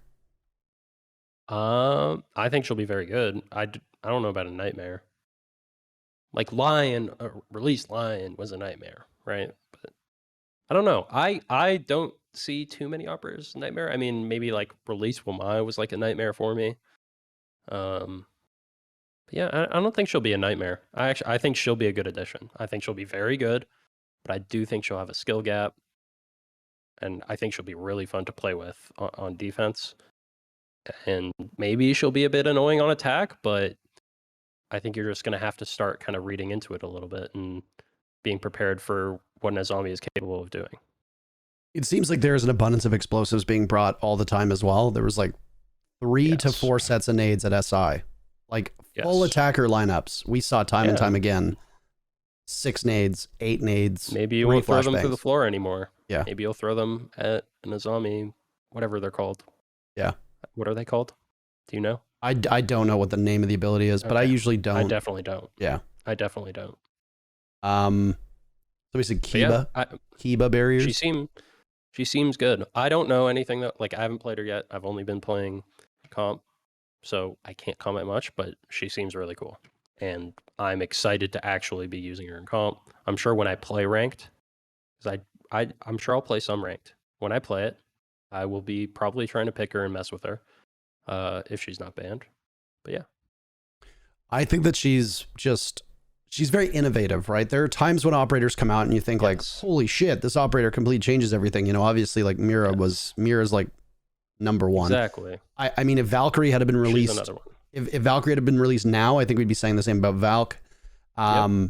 You know, you look at Maverick and you're like, holy fuck, like you can blowtorch through walls. That's insane, you know?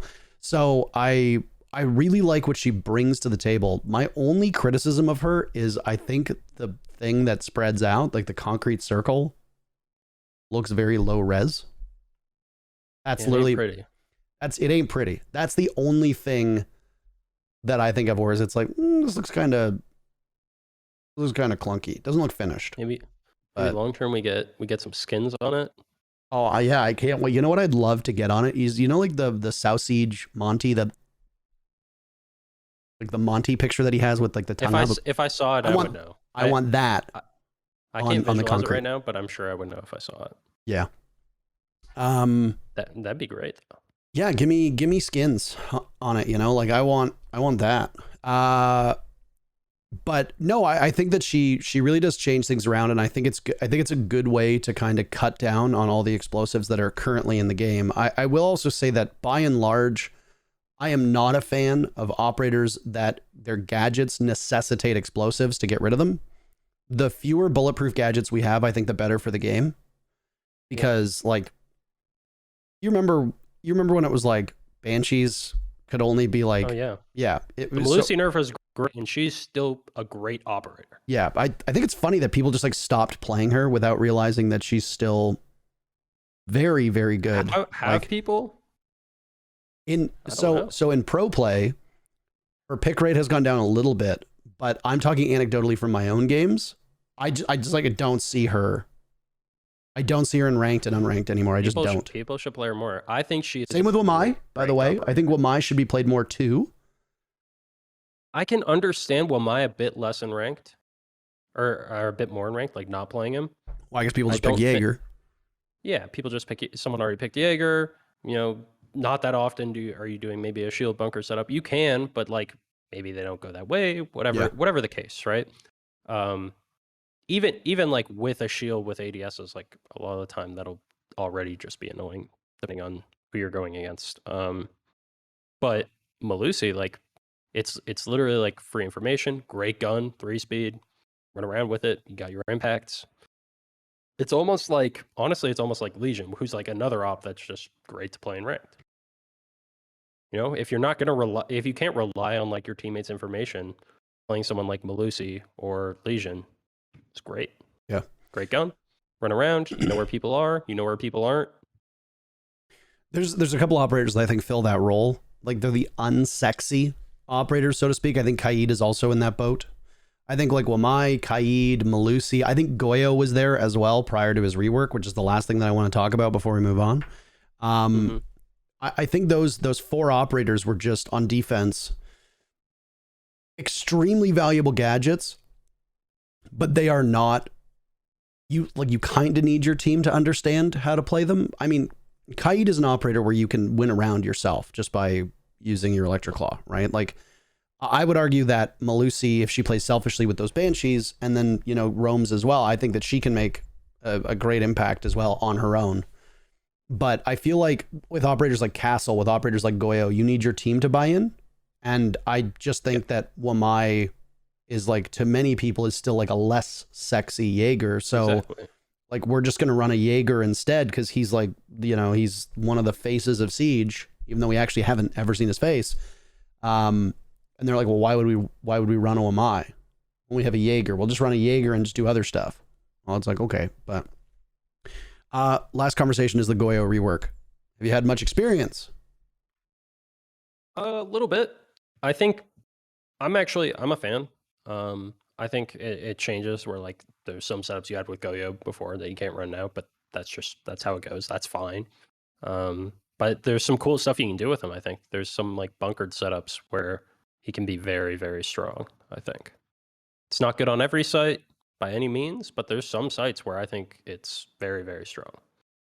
I don't know if you saw, but there was somebody who did some just like basic testing on it. If you put it on the lower panel of a window, So you Yes. you barricade a window, you Right. put it on the lower panel of the window. This is not for you. This is for the chat. So I'm probably gonna ruin this. So go ahead. What I was going to say is that if you put it on the lower portion of like a reinforce or a barricade on the window and then you break it, it actually goes outside on the other side of the window. You ruin it then. Ruin it. Okay, so what I thought about it is if you put it on a barricade and if people punch twice and then vault in Mhm. on a window, then it will go off like a frost mat. But if you just shoot open the barricade, then it just blows up. I didn't know that it goes through though. I saw a video of it going out the other side of the window. But then people in That's chat are like, it doesn't do that. But I was reading, I watched a video where somebody like put it there and then they broke like the reinforcement barricade. I always get these confused. They break the barricade and then it spreads outside. And you have no idea. Like, to be honest, I don't think it should spread outside, for the record. I think that's a cheesy strat. And I would go so far as to say that that's an unintended part of his design. But I like it. I think it's a big change for him. I'm very curious to see how it plays out because Goyo has been an operator that people have not been able to like get a good read on him. At the beginning, people said like, oh, he's not going to be that strong. And then they saw that he had 3 shields on his own and they're like, holy fuck, this guy is so strong. Yes. But that did not translate like to anywhere else. You know, like his pick rate in ranked was pathetic. His pick rate in casual and unranked was also pathetic. And his pick rate was only site specific in pro play. But the general consensus was he is a very good operator. The thing is that it was almost that it wasn't necessarily that his ability was good because it wasn't the fire canister. It was just he had shields. That was it. Hmm. So like you initially brought him because he brought 3 shields. Then you brought him because he brought 2 shields. But the fire was irrelevant. Like you never picked him to use the fire part of the shield ever. And now the emphasis is on that. And the fire is really strong. There's not always the best positions for it. You're not always going to get use out of it, but there's some sites where I do think you will. So I think he actually kind of plays out the same way where it's very strategy specific in pro play. But the ones that he's good on, I think he'll be very good. He was designed as a smoke alternative in mind, right? Like that's kind of what they wanted was with the rework with Tachanka and then Goyo as well. Their goal was to try and push smoke off of that role that he's been on where, he's one of the top 3 most picked operators. Mm-hmm. And I got to say, I mean, I think the Tachanka rework, if they changed Tachanka a little bit, I think you could see him compete against smoke. But he's starting to a little bit in pro play. There's some sites where it's when it's like very very much more scripted on the execute. He sees more play. It's still not that often, but he has his sites where he's very good. Where there's less flexibility, and you can bank the Shamika Molotovs. We see him on Villa, we see him on Oregon sometimes. I think we've seen him. Sorry. Banking Cafe. I was gonna say Cafe as well. And I think the bigger issue with Tachanka was that he's vulnerable while he's got, he has to like lean, pull out the Shamika, fire the Molotov, and then pull back, whereas Smoke just tosses it out and then he's good to go and then he can just activate it whenever. But I think having trade-offs is good. I don't think that Goyo is in that same position, because people have said, well, what if Goyo could throw it and then have it detonate? And I'm like, at that point, no. What's the difference between him and Smoke? Yeah. Smoke is the most well-rounded of the 3, right? I'd say. I think he's one of the most well-rounded operators in the game, by the way. Yes, he is. And that's what makes him so good, right? Mm-hmm. Is you can use, you can throw the smokes, you can throw them quickly. They're good at what they do, and you can use them aggressively, you can use them passively, right? Like you can't really use Tachanka fires aggressively because they're so slow and clunky. Can't use Goyo fires that aggressively because they're pre-placed. Right. Whereas Smoke just has more options because of how smooth it is. But because Goyo's AoE is the biggest by far and lasts for 20 fucking seconds, right? Yeah. There is some payoff to it. There's some sites where that you're going to want to fire here at a certain point in the round. it's worth having it. Yep.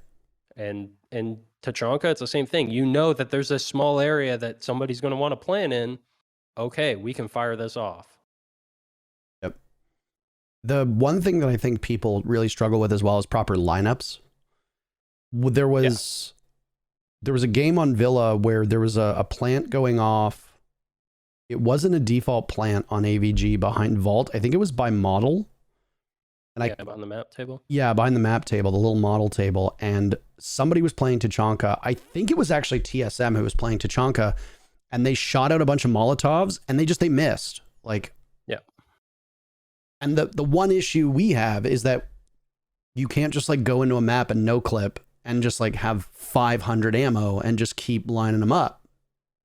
Tachanka's one of the easiest ones to do it with. He has aware. So many shots. He has his fucking LMG that destroys everything in the map. Yeah. He's one of the easiest ones to test it with. I don't think there's much of an excuse with him. I think if you don't have the lineup, it's because maybe you panicked in the moment or you were too lazy and didn't find a fucking lineup. And that's the thing though. Too lazy and didn't find the lineup is exactly correct, right? Like it's easy to find a lineup with nades when you've got Z-pings and there's no like bounce that you have to worry about. You know, you're not playing snooker. You don't need to try to figure out what boards you're bouncing it off of, you know, to land it properly. But I don't know. I'd like to see Tachanka's pick rate continue to go up. I really like operator diversity. As a caster, it's really cool and way better for me to be able to dive into these lineups and talk about that and like nerd out about it. So when the meta's super stale, I get very bored. I get very sad. Yeah. I get very sad. I think Tachanka, he'll only rise. Like, I just think as teams experiment more and more, they'll find better sites for him. Yeah. Because when he is good, he is really fucking good. I agree. I think he's got two good weapons too, right? A lot of people sleep on the LMG because it has a lower rate of fire, sure, whatever, but that thing hits hard. And it's got unparalleled destruction. So yes. Anyway, last topic. Oh, well, more for Demon Veil. What more do you want to talk about?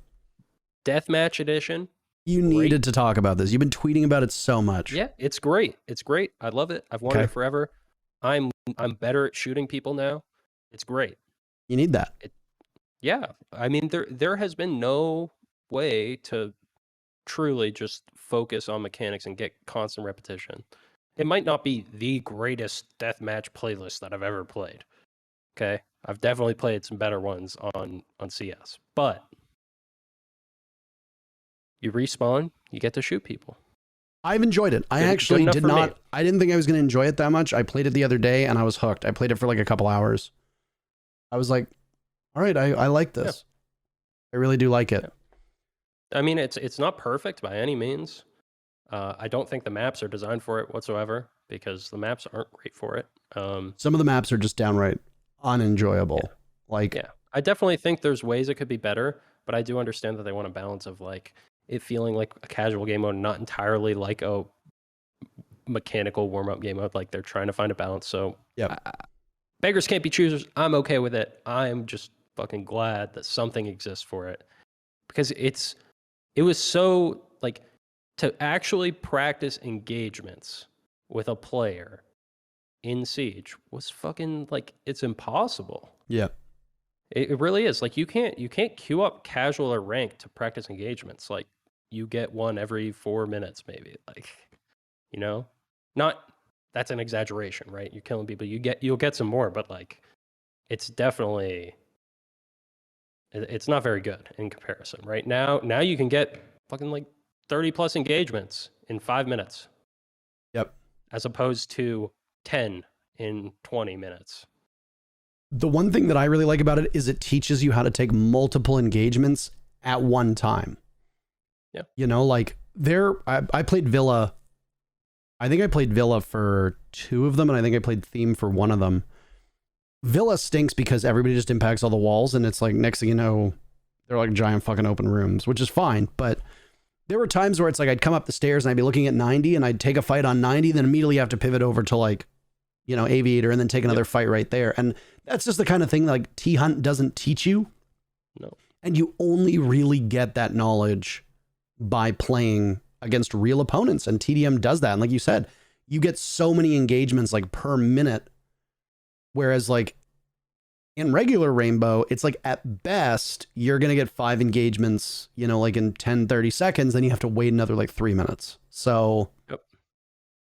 I don't know. I think it's really good. I've been enjoying it a lot more. I played, what was it? Sugar Rush, I think it was called. Yes. Hated it. The other deathmatch. Absolutely hated it. I couldn't stand it. I hated the aesthetic. I hated the map. I did not like the way that it didn't feel good. It didn't feel like Rainbow. And then now I played TDM and I'm like, this feels good. Like this. Yeah. I'm enjoying this a lot more, way more than I thought I was going to. Yeah. Apparently it's called Sugar Fright, addition. which is a diabetic is a Sugar fright fright. that I have every day. So Yeah. Yeah. And afraid then of sugar. final change we got to mention. All one-time sites available. How on nice every is weapon. that?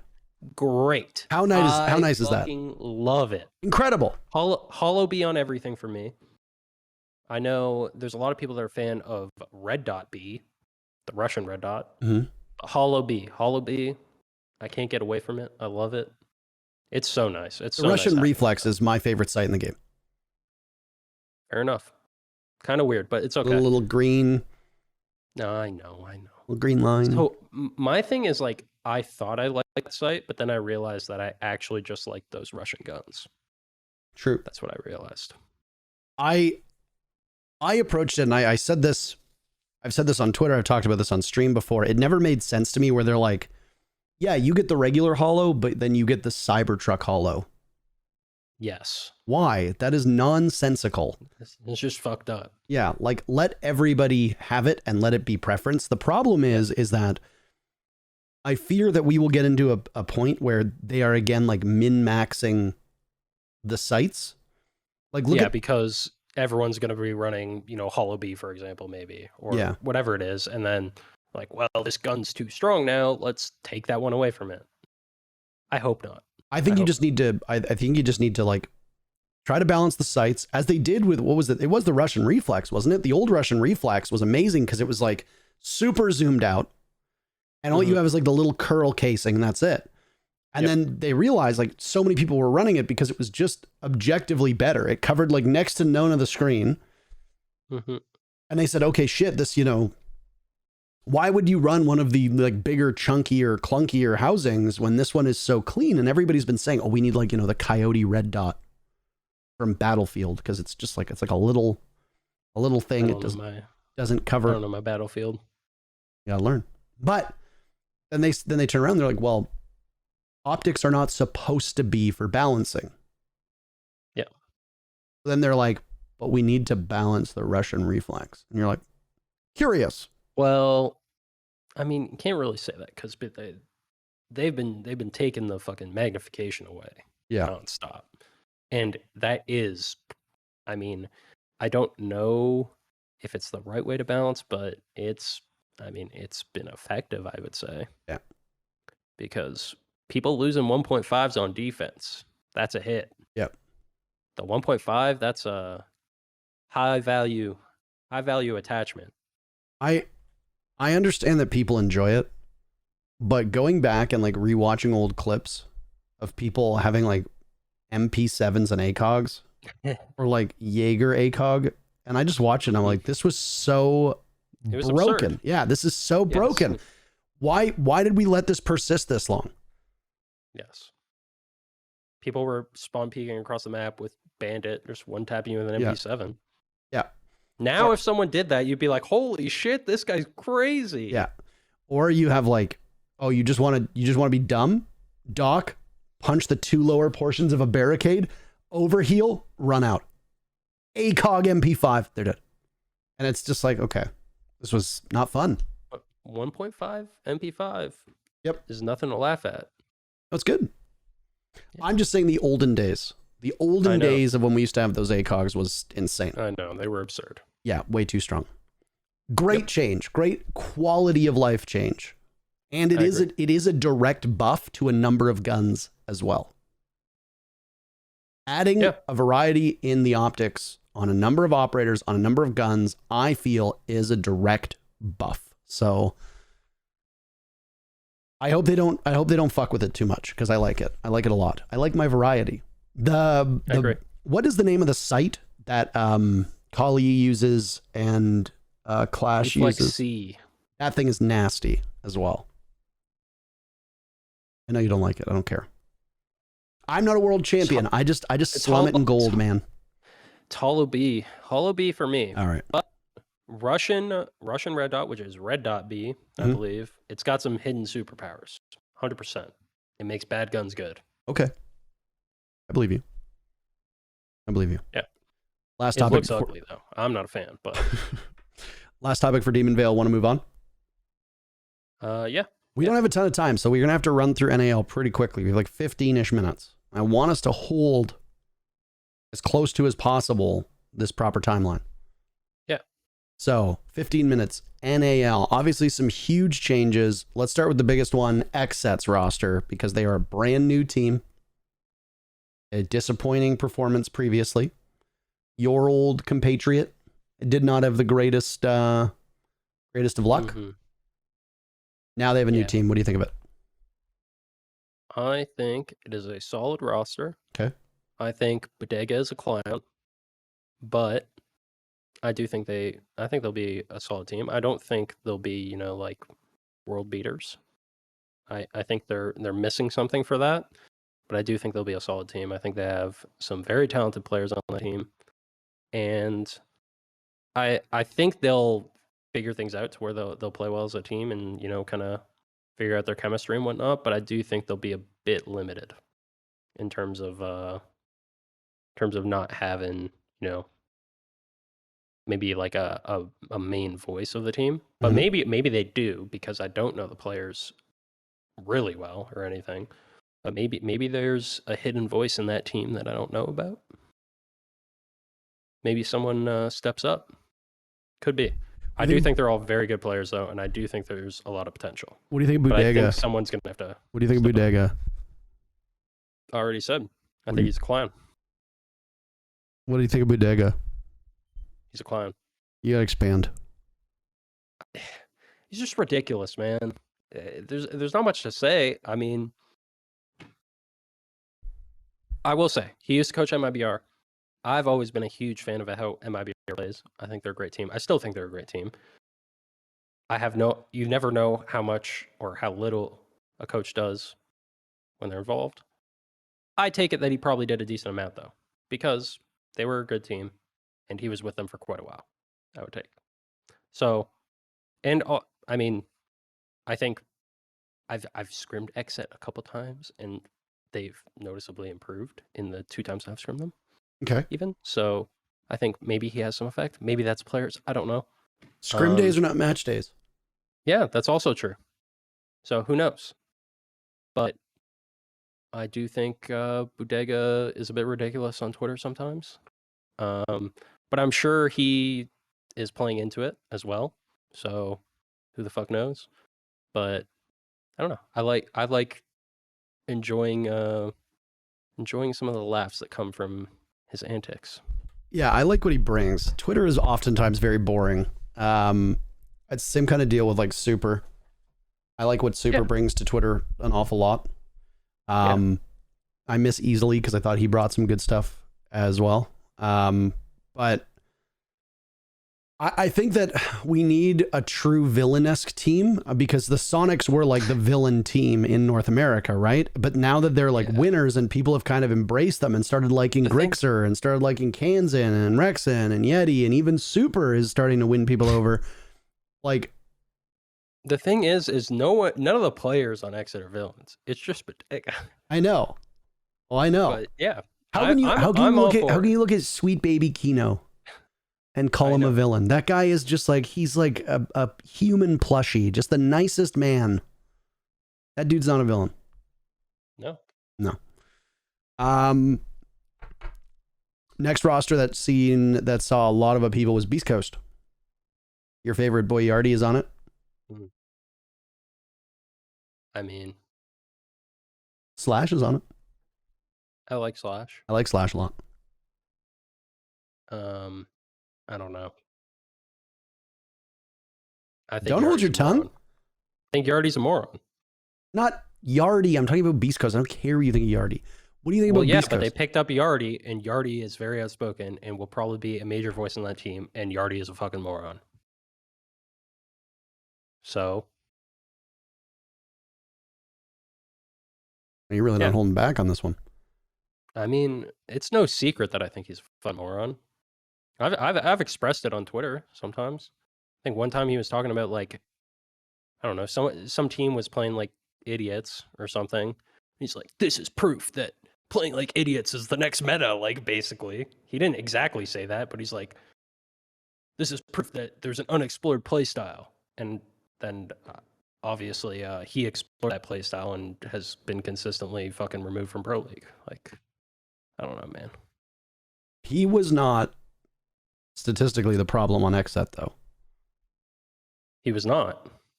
I still think he's a moron. And I do think he's, like I said, very outspoken. And when you have somebody like that just constantly feeding their energy to a team and maybe pushing the way the team wants to play, I don't know. I think it's a recipe for disaster. They picked up Rams as an analyst / coach. Slash is an older voice of leadership on the team. You don't think that it's entirely possible that they restrain him? Maybe. I don't know. That was a maybe, but it sure He's a sounded a lot lot to- like no. Maybe they'll try. I don't know. I mean, what's the reason I'm picking him up anyways? Like, even, like, I don't understand. So I couldn't really tell you. Like, I feel like people almost see him as, like, his value is that he somewhat helps lead a team. But, like, does he? He is very popular on Twitter and on the subreddit. The subreddit is going to be very unhappy with you for saying such mean and awful things to their great friend Yardi. They like personality. They like personality, and he does have personality. Don't get me wrong, Yardi's fucking hilarious. Constantly, the guy makes me laugh. Do I think he's good at Siege? No. Do I think he's fucking smart at Siege? No. Do I think he's a good pickup for a team? No. Is he funny? Yeah. So I can see why people are fans of him. You don't have to be good at the game to have people like you. I'm funny. You just have to be funny. Yeah, and you suck. But what if I got picked up? And that's why people like you. What if Beast Coast picked me up?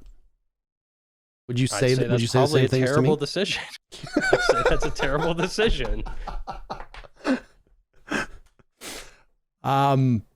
Obviously, Yardi is going to be the big focal point for you on this team, but I need you to step off of that Yardi train for a second and talk about the rest of the team. So I'll touch more. I think Slash is a good player.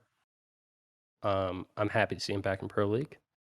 Sweater. I think Anthony has. I'm going to get to him. I think Anthony has some potential, but I do think people focus too much on him doing good on the old Beast Coast roster. I will say he was baiting the rest of those guys, but I do think he has some potential as a player.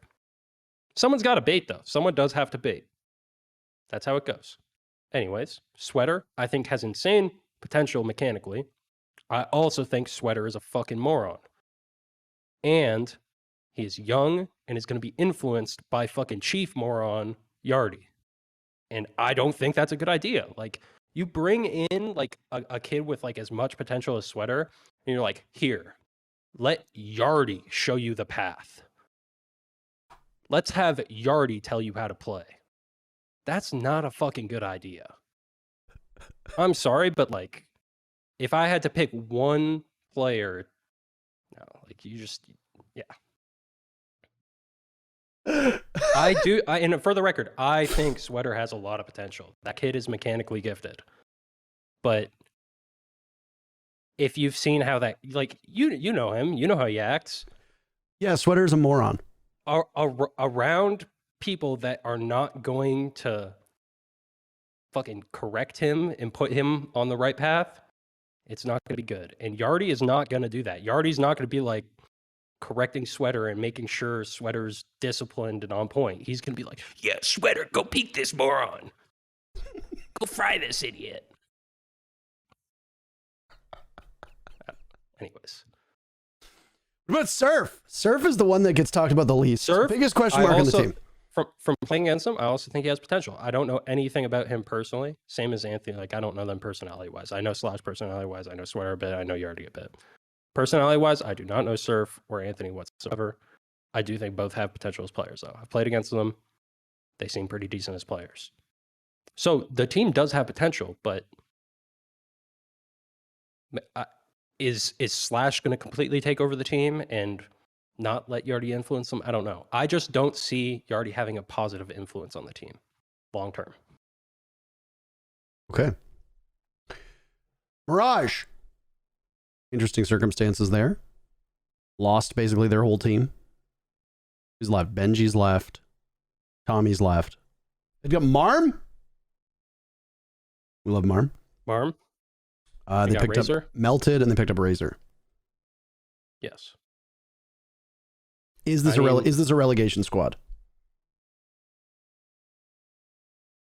Might be. I mean, they might make more changes down the road. I don't know. Right. You got 3 stages before you get relegated. So, but hey, I mean, 2 stages, 3 stages. What is it? I don't know. The end of the 3rd stage. So 3 stages, I guess. I guess Beast Coast might have more talent, but I do think that Mirage does push more for the teamwork. I think they're just. I know Christian is a solid coach. I know Tommy will push for it. I think they might play a bit more cohesive. So they might be able to be out Beast Coast in that sense, but it's hard to say.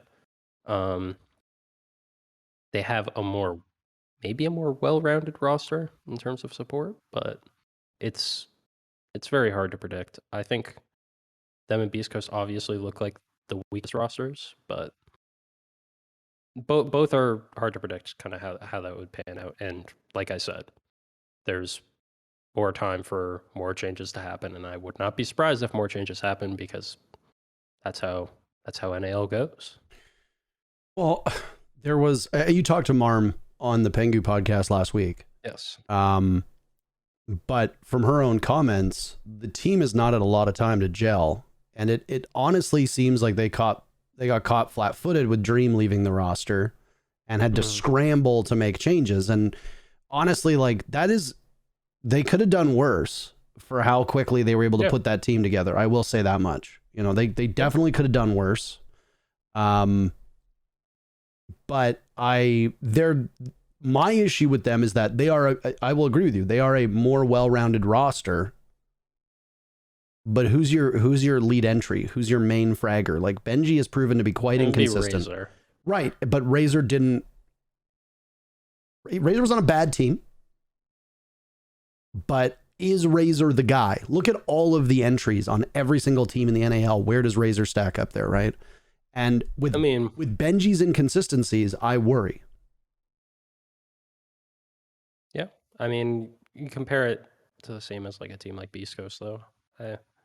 I think it's just there's potential. Yeah. Who's to say? But no, he's definitely not like world-class entry and front lines on the team, but I mean, there's going to be teams that don't have that. That's how it goes. There's only so many to go around. And I mean, it might be entries now, but there was a period of time where we were talking about that with supports, right? Like there was like a region would have like 2 or 3 good supports and the rest would just be mostly bad. So you'd turn around and you'd say, okay, well, we need to support like Goga. We need to support like BC. And it's like, okay, well, you can go to the support field and just pick them off the trees. Like they're not fruit. Like you don't just go and just grab a bundle of them and come home, like. Yep. So I'm interested about that Mirage roster. I will say that in terms of like power rankings right now, knowing what we know, unless they make some big changes, I don't have the best outlook on the team. Yeah. But again, circumstances dictate who you can and can't pick up. And if the rumors are true that they were expecting to keep Dream and pick up Nurs, then you get caught out and then you got hours to make a change. That's it. Exactly. So that's just unfortunate situation. Yeah. I think in hindsight, I do think it might have been valuable to still have a player like Nyx just for like the leadership factors. Say what you will about Nyx, but Okay. He does make his teams a more cohesive unit. He does. He doesn't make them world-beating teams by any means, but his teams do play more together and more coordinated than without him. Nyx was the one that was kicked off by the org, right? And it was not loading. It was kicked off by the team. Am I getting that backwards? I think one of the two was basically told by the org, we don't want you back. And the other one was basically told by the team, we're going to look elsewhere. I think Nyx was the one that the org said, we don't want to continue on. And loading was the one who was moved by his teammates. I'm not sure. I need to check, but I can't remember, man. This has been an actually crazy off season in terms of moves. There's been a ton. Yeah. Parabellum. Let's talk about them. They picked up Blaz. That was kind of a surprise. Yeah. I mean, Lost Spirits. Womp. yes. Definitely tough to lose Spirits. I think he's really, really good player. I do think Blaz has the potential to live up to that, though, because he had been showing so much potential in EU, had never been on, the best team. I do think Parabellum, they always stood out to me out of the CL teams because they had a more unique play style and they played well together as a team. So I do still think there's potential for that. I think more than anything, it's going to come down to the chemistry. Also, obviously, it's a weird situation with they got creators in Wimpy in the meantime, and then Blaz in for the next season, who's supposed to replace Wimpy then. But I know we mentioned it on the Pengu podcast was like, well, what if things change? What if maybe we want to keep Wimpy, right? Yep. And teams have done that, by the way. Teams have picked up like a scab and then turned around and they're like, wow, this person's actually playing quite well. Let's maybe hang on to them a little bit. And then you have to look elsewhere, right? And I don't think Blaz doesn't make that team. But if Wimpy is not the weak link, then what do you do? Right? And it's funny because Wimpy was a big name. I want to say like a year or two ago, a lot of people were talking about Wimpy in CL, how like Wimpy the kid, he's like the next big thing. Yeah. And then all of a sudden it's like it just kind of disappeared. He's been solid near the top of CL. I think he's gotten quite a few tryouts.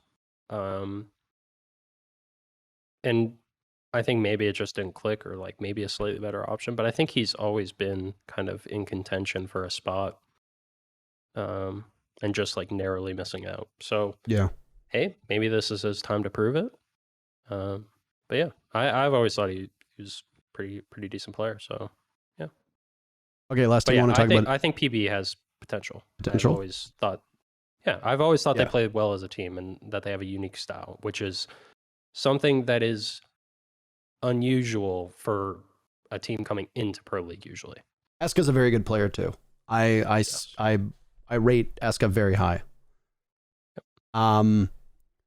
Last team, because the main five haven't really made any changes other than OXG. I guess we can talk about OXG really quickly, but I want to get through these kind of fast. Obviously, Astralis only made one change. They picked up Call Out as a coach, which I think is great. I think Call Out is a great mind for the game. Is Forest replacing Retro the move? So it might be. I don't know. It's hard to say. One of the issues that I've always seen that team has had is they don't have a true entry. Okay. And I will say, I don't think Forest is necessarily the best entry, but I will say Forest, I think, will not give a fuck and will run in, but he just might die a lot more than some of the best entries. I also think Forest is, he brings good vibes. So I do think the vibes on that team will be pretty solid. And like you mentioned, Call Out, I think, was a great pickup for coach. I agree. Because I think he's someone suited for the role. Not to say that I think, he has plenty to prove. I don't think he's going to be a world-class coach by any means right away, but I think he's deserved to be at the pro level, and I think coach is probably the best role for him at the moment. I agree. Super actually said something very interesting on that old United squad. He said that he didn't think that Call Out was actually the worst player on the team. He thought that Forest was. Forest did not perform well in that season they had. I like Forest, and I'm actually hoping he does better because like he had a very bad Yeah. season. I can't remember what we were watching, but I he hope was he just gets like, his he was like redemption. blatantly trolling some match. I can't remember what it was. He was like running like, It was against us. was it? He was like running like On Cav and SSG. He ran shit. And Cav. yeah. Yes. And it's like, okay. I think it was on Coastline and he started picking Cav because I think we were running Jackal, Mhm. I guess. I don't know. I don't remember exactly what he even did. But I remember one round I literally thought he was AFK. Because he was like just sitting in the middle of like the fish to pool or the aqua to pool door. Mhm. And I was at big window and I saw this guy on my drone. I was like, I think he's lagging out. And then I opened the window behind him and he sat there. And he moved a little bit and I was like, wait a minute, like what is this guy doing? And I just killed him. I don't know. It's weird. I don't know. OXG actually, I think is let's round this out as the main 4. Well, main 5, I guess, if you want to call them that. OXG, upgrade or downgrade? It's tough to say. It might actually be an upgrade because Dream is a true support player, I'd say, more so. He's more lined up with the role. So maybe Dream enables the team a bit more. But and maybe the vibes. Dream brings the vibes. He brings vibes. Number 69. And nice in chat. Nice. He might be, he might be a real difference maker there. I think Newers is like almost like a slot in for Yaga. Like young new player, he can shoot. Like keeping it simple. I don't know. I don't think there's like much that probably separates him from Yaga or vice versa. So I don't think there's too much of a change there. I think it'll really be down to if Dream being like a support player that they needed enables the team more. I think that can be the difference maker, but I also think they might just end up being the same kind of team. It's hard to say. They're so unpredictable to me because I mean I feel like they live and die off of Fox and Laxing. They're just such big personalities. They play around their style. Laxing in particular, plays like almost anybody else in the league. And that can be hard to adjust to. But I've never really had a good read on OXG. They seem like the least predictable of like the main teams in North America. Yeah. To me, it's always been like they've had different iterations of rosters, but it's always felt like they've played the same. Yeah. And they usually perform around the same. It's like they're consistently right? They top. Usually, they're like, for the most part, consistently in the top 4, sometimes sliding out of it. Right? Like usually they'll slide out of it for one stage. But other than that, they're usually in the top 4. And then when they do go to an event, it's like they have some pretty good runs and some not so good runs. And then that's it. I don't know. Like it's hard to say. Like it just seems like the same kind of inconsistency. Yeah. I mean, the OXG guys have been saying that in scrims, they're doing significantly better. But you don't are you huffing copium? Honeymoon phase? Could be, yeah. Like maybe you start off with a new roster and you're like, holy shit, this is great. And then 2 months later, you're like, so. Yeah. Last team it's hard to read out. Last team I want to talk about before we go. They're in Europe. G2, baby. Of course.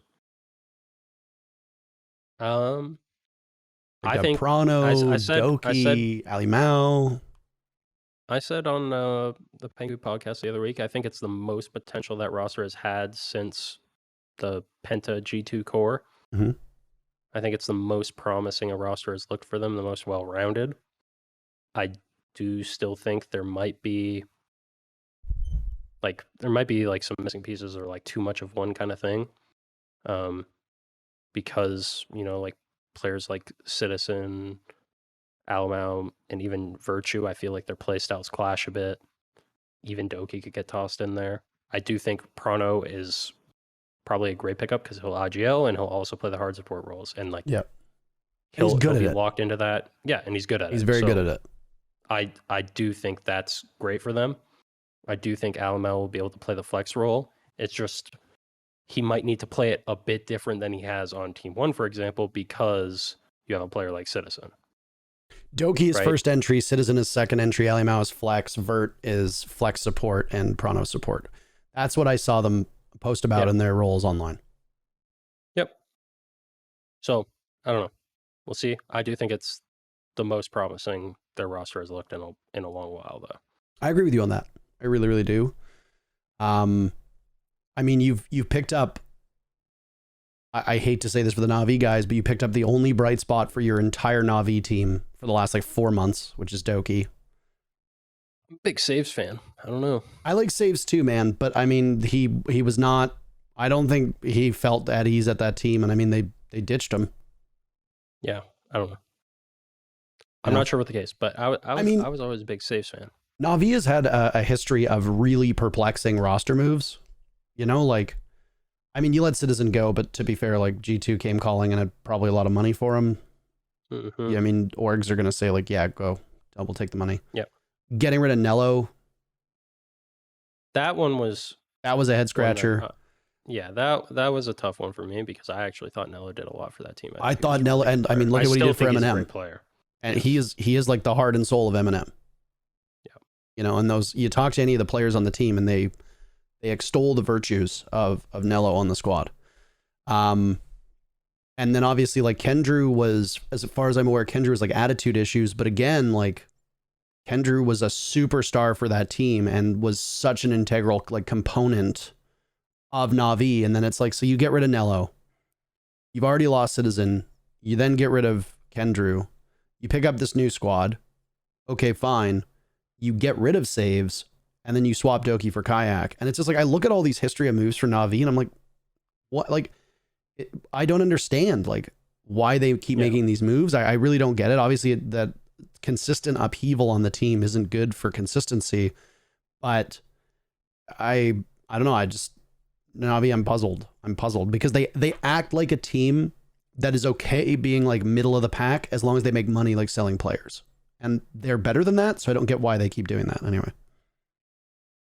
I think the problem with G2 is egos. I think that's been a big problem with the org forever, but I mean, I think every single G2 team that exists is basically just the Avengers of egos in every esport.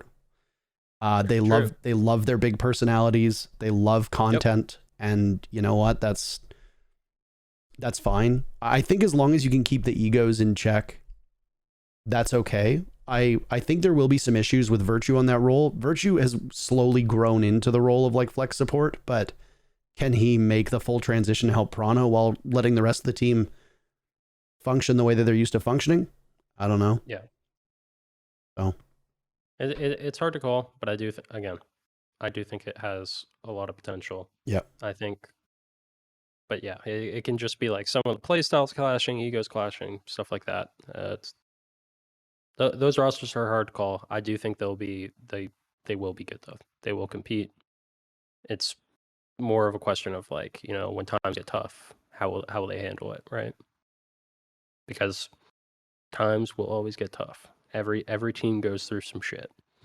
How it goes. I said this on stream. I always enjoyed being near G2 over the last like year when they've lost matches or lost maps because they just shit talk each other so hard. Like I was standing in the hallway at Mexico and the team, I can't remember what team it was that they lost to. They're literally standing out and they're standing in the hallway and one of the players was like, "This fucking dog shit. You all played like fucking dog shit.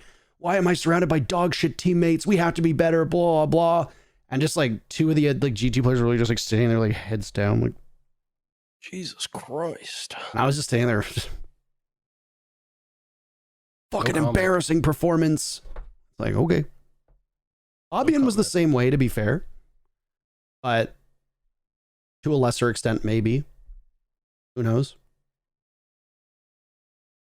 Yeah. I do think Fabian more so was, I think, more than anything for him, it was about that him and Pengu had a vision for the game. Not necessarily, I don't necessarily think it was that he yelled at them and that made them good. Yeah. I don't think that was what made them good. I think it was that they were all very good at their roles and that him and Pengu, you know, kind of had this vision for how they played the game and it suited the kind of players that they had so well. Yes. I think that team had a lot, like that team had a lot of egos too. But I agree with you. Like the players played their roles really, really well. And as much as they had egos, they would sacrifice that for the game. Like, Yes. Fabian and Pengu would do basically anything as long as they had like Kanto and Jonas killing things, and Gogo would just run in and die if he needed to, if they asked him to. Like, that whole team played really selflessly, despite having a really huge amount of egos on it. And I mean, there seems to be a growing mentality across all of Rainbow Six that players aren't really like that anymore. I don't know what it is, man. There seems to be like this growing movement of players who like play for themselves. And then when things go sideways, they're like, look at how well I did. Pick me up. I don't know. Am I wrong? Yeah. I mean, I feel like that's natural in any game for that to happen. That's just people want the spotlight. Some people want the spotlight more than they want to win. True. Was it like Skies? They Like might Super not said. realize that. I Might think not realize that. But Super said that. He's like, it doesn't matter how well your team does. All that matters is that you got your kills and you post about it. exactly. Some people don't really want to win, man. And if Super says it, Wow. you know What a it's true. plug. You know it's true. Plug. I mean, I agree with you, and I think being flexible and playing for the team is obviously the best way to do it. But it's funny now, like, and I mean, you probably experience this a ton. We'll end on this note. Is like, go back and look at the people who were pros, like first 3 years of Rainbow, and now look at the next 3 years and look at who are pros. And I think there's a very marked departure from like mindset and mentality. Like, I think that the new pros tend to be younger, tend to be cockier, tend to be flashier, yet somehow we don't seem to have more personalities in the scene than we did before, which is a bit of a surprise. And then you go back and you look at like a lot of the pros in like the first 3 years, and it was a lot of people who just like almost seemed like reluctant gamers. Yeah. Like people who are just like, yeah, I'm good at the game and that's it. But other than that, like I'm just a dude. And now it's like, fuck yeah, I'm an esports cyber pro. I guess. You disagree? I definitely. I mean, the younger part. I don't know about the fuck yeah, I'm an esports cyber pro bit, but I think that's how they handle themselves. I suppose so. Maybe I'm just getting older. Maybe I get older and I just see like the things that like the 18, 19-year-old like T2 and T1 scene tweet about and just think like, oh, fuck, I'm old, man. yeah. I don't know. I mean, I feel that every day. I got Rob beside me. You mean Rob, I only bring shorts to Stockholm in the winter? He only wears shorts. Is he the guy who, no matter what the temperature is, would walk to school in shorts every day? He only owns shorts. He doesn't own any pants. And we bought his first pair of pants that was here before the Sweden major, because we're like, Rob, we are going to Sweden. You need a pair of pants. And that is when Rob purchased his first pair of pants that he owns in Vegas, at least. That's Rob. Jesus Christ. That's Rob, man. He's one of those guys. Pambazoo. Nasty on Twitch. Absolute sickening. Sickening statement. Buy pants. Yeah, and he didn't even wear them. He didn't wear them. He didn't even wear them. No. Seems like a great kid, by the way. Just buy a pair of Rob's pants. great. Baby. Nasty. Was he robbed for Rookie of the Year? I don't think so. He doesn't even think so. I think he was a competitor for the title, but it'd be silly to say like Fantasy doesn't deserve the award. I think if Rob won the award, I'd say Rob deserved it too. But like, that's how that shit goes. That shit can go either way. I think there also is like a regional calculus that Siege GG has to take into account. Like if Siege GG, like if APAC or like LATAM had like a bad year and no LATAM players got awards, I think there would be like a riot. True. But Fantasy, I'm pretty sure he statistically outperformed Rob, and also Fantasy's nuts. Their team did perform better over the course of the year. Are you upset that you didn't win Rookie of the Year? Yes. It was a big year for you. Because I should win it every year. Yeah, you were. It is incredible getting to watch you like relearn how to play the game. Relearn? Yeah, like a rookie. You're like relearning. Oh, you like reset every year back to like rookie Nadian. Yeah, I'm fresh. I don't know anything yet. Yeah, baby Rob boy tells me how to Nadian. play. There you go, baby boy Nadian. There's your next name. Not big bad Nadian. Baby boy. Baby boy Nadian. And Rob tells me where to go. There you go. Wear shorts. Just show up in my shorts and t-shirt every day. I actually don't ever think I've seen you in shorts. I wear them sometimes. I'm a pants guy. It's got to be hot. Yeah, it has to be hot. We live in the Great White North. Cold. Yeah. All right. Anything more to say before we go? It's 4:20. Haha. Haha. I believe not, though. No? Got nothing else? Happy to be back. It was good. 2 hours? I think 2 hours is a sweet spot. It really is. It honestly Solid really is. Yeah. Our fortnight podcast. No. It's every fortnight. It's not about Fortnite. Every fortnight. Our podcast every fortnight for 2 hours.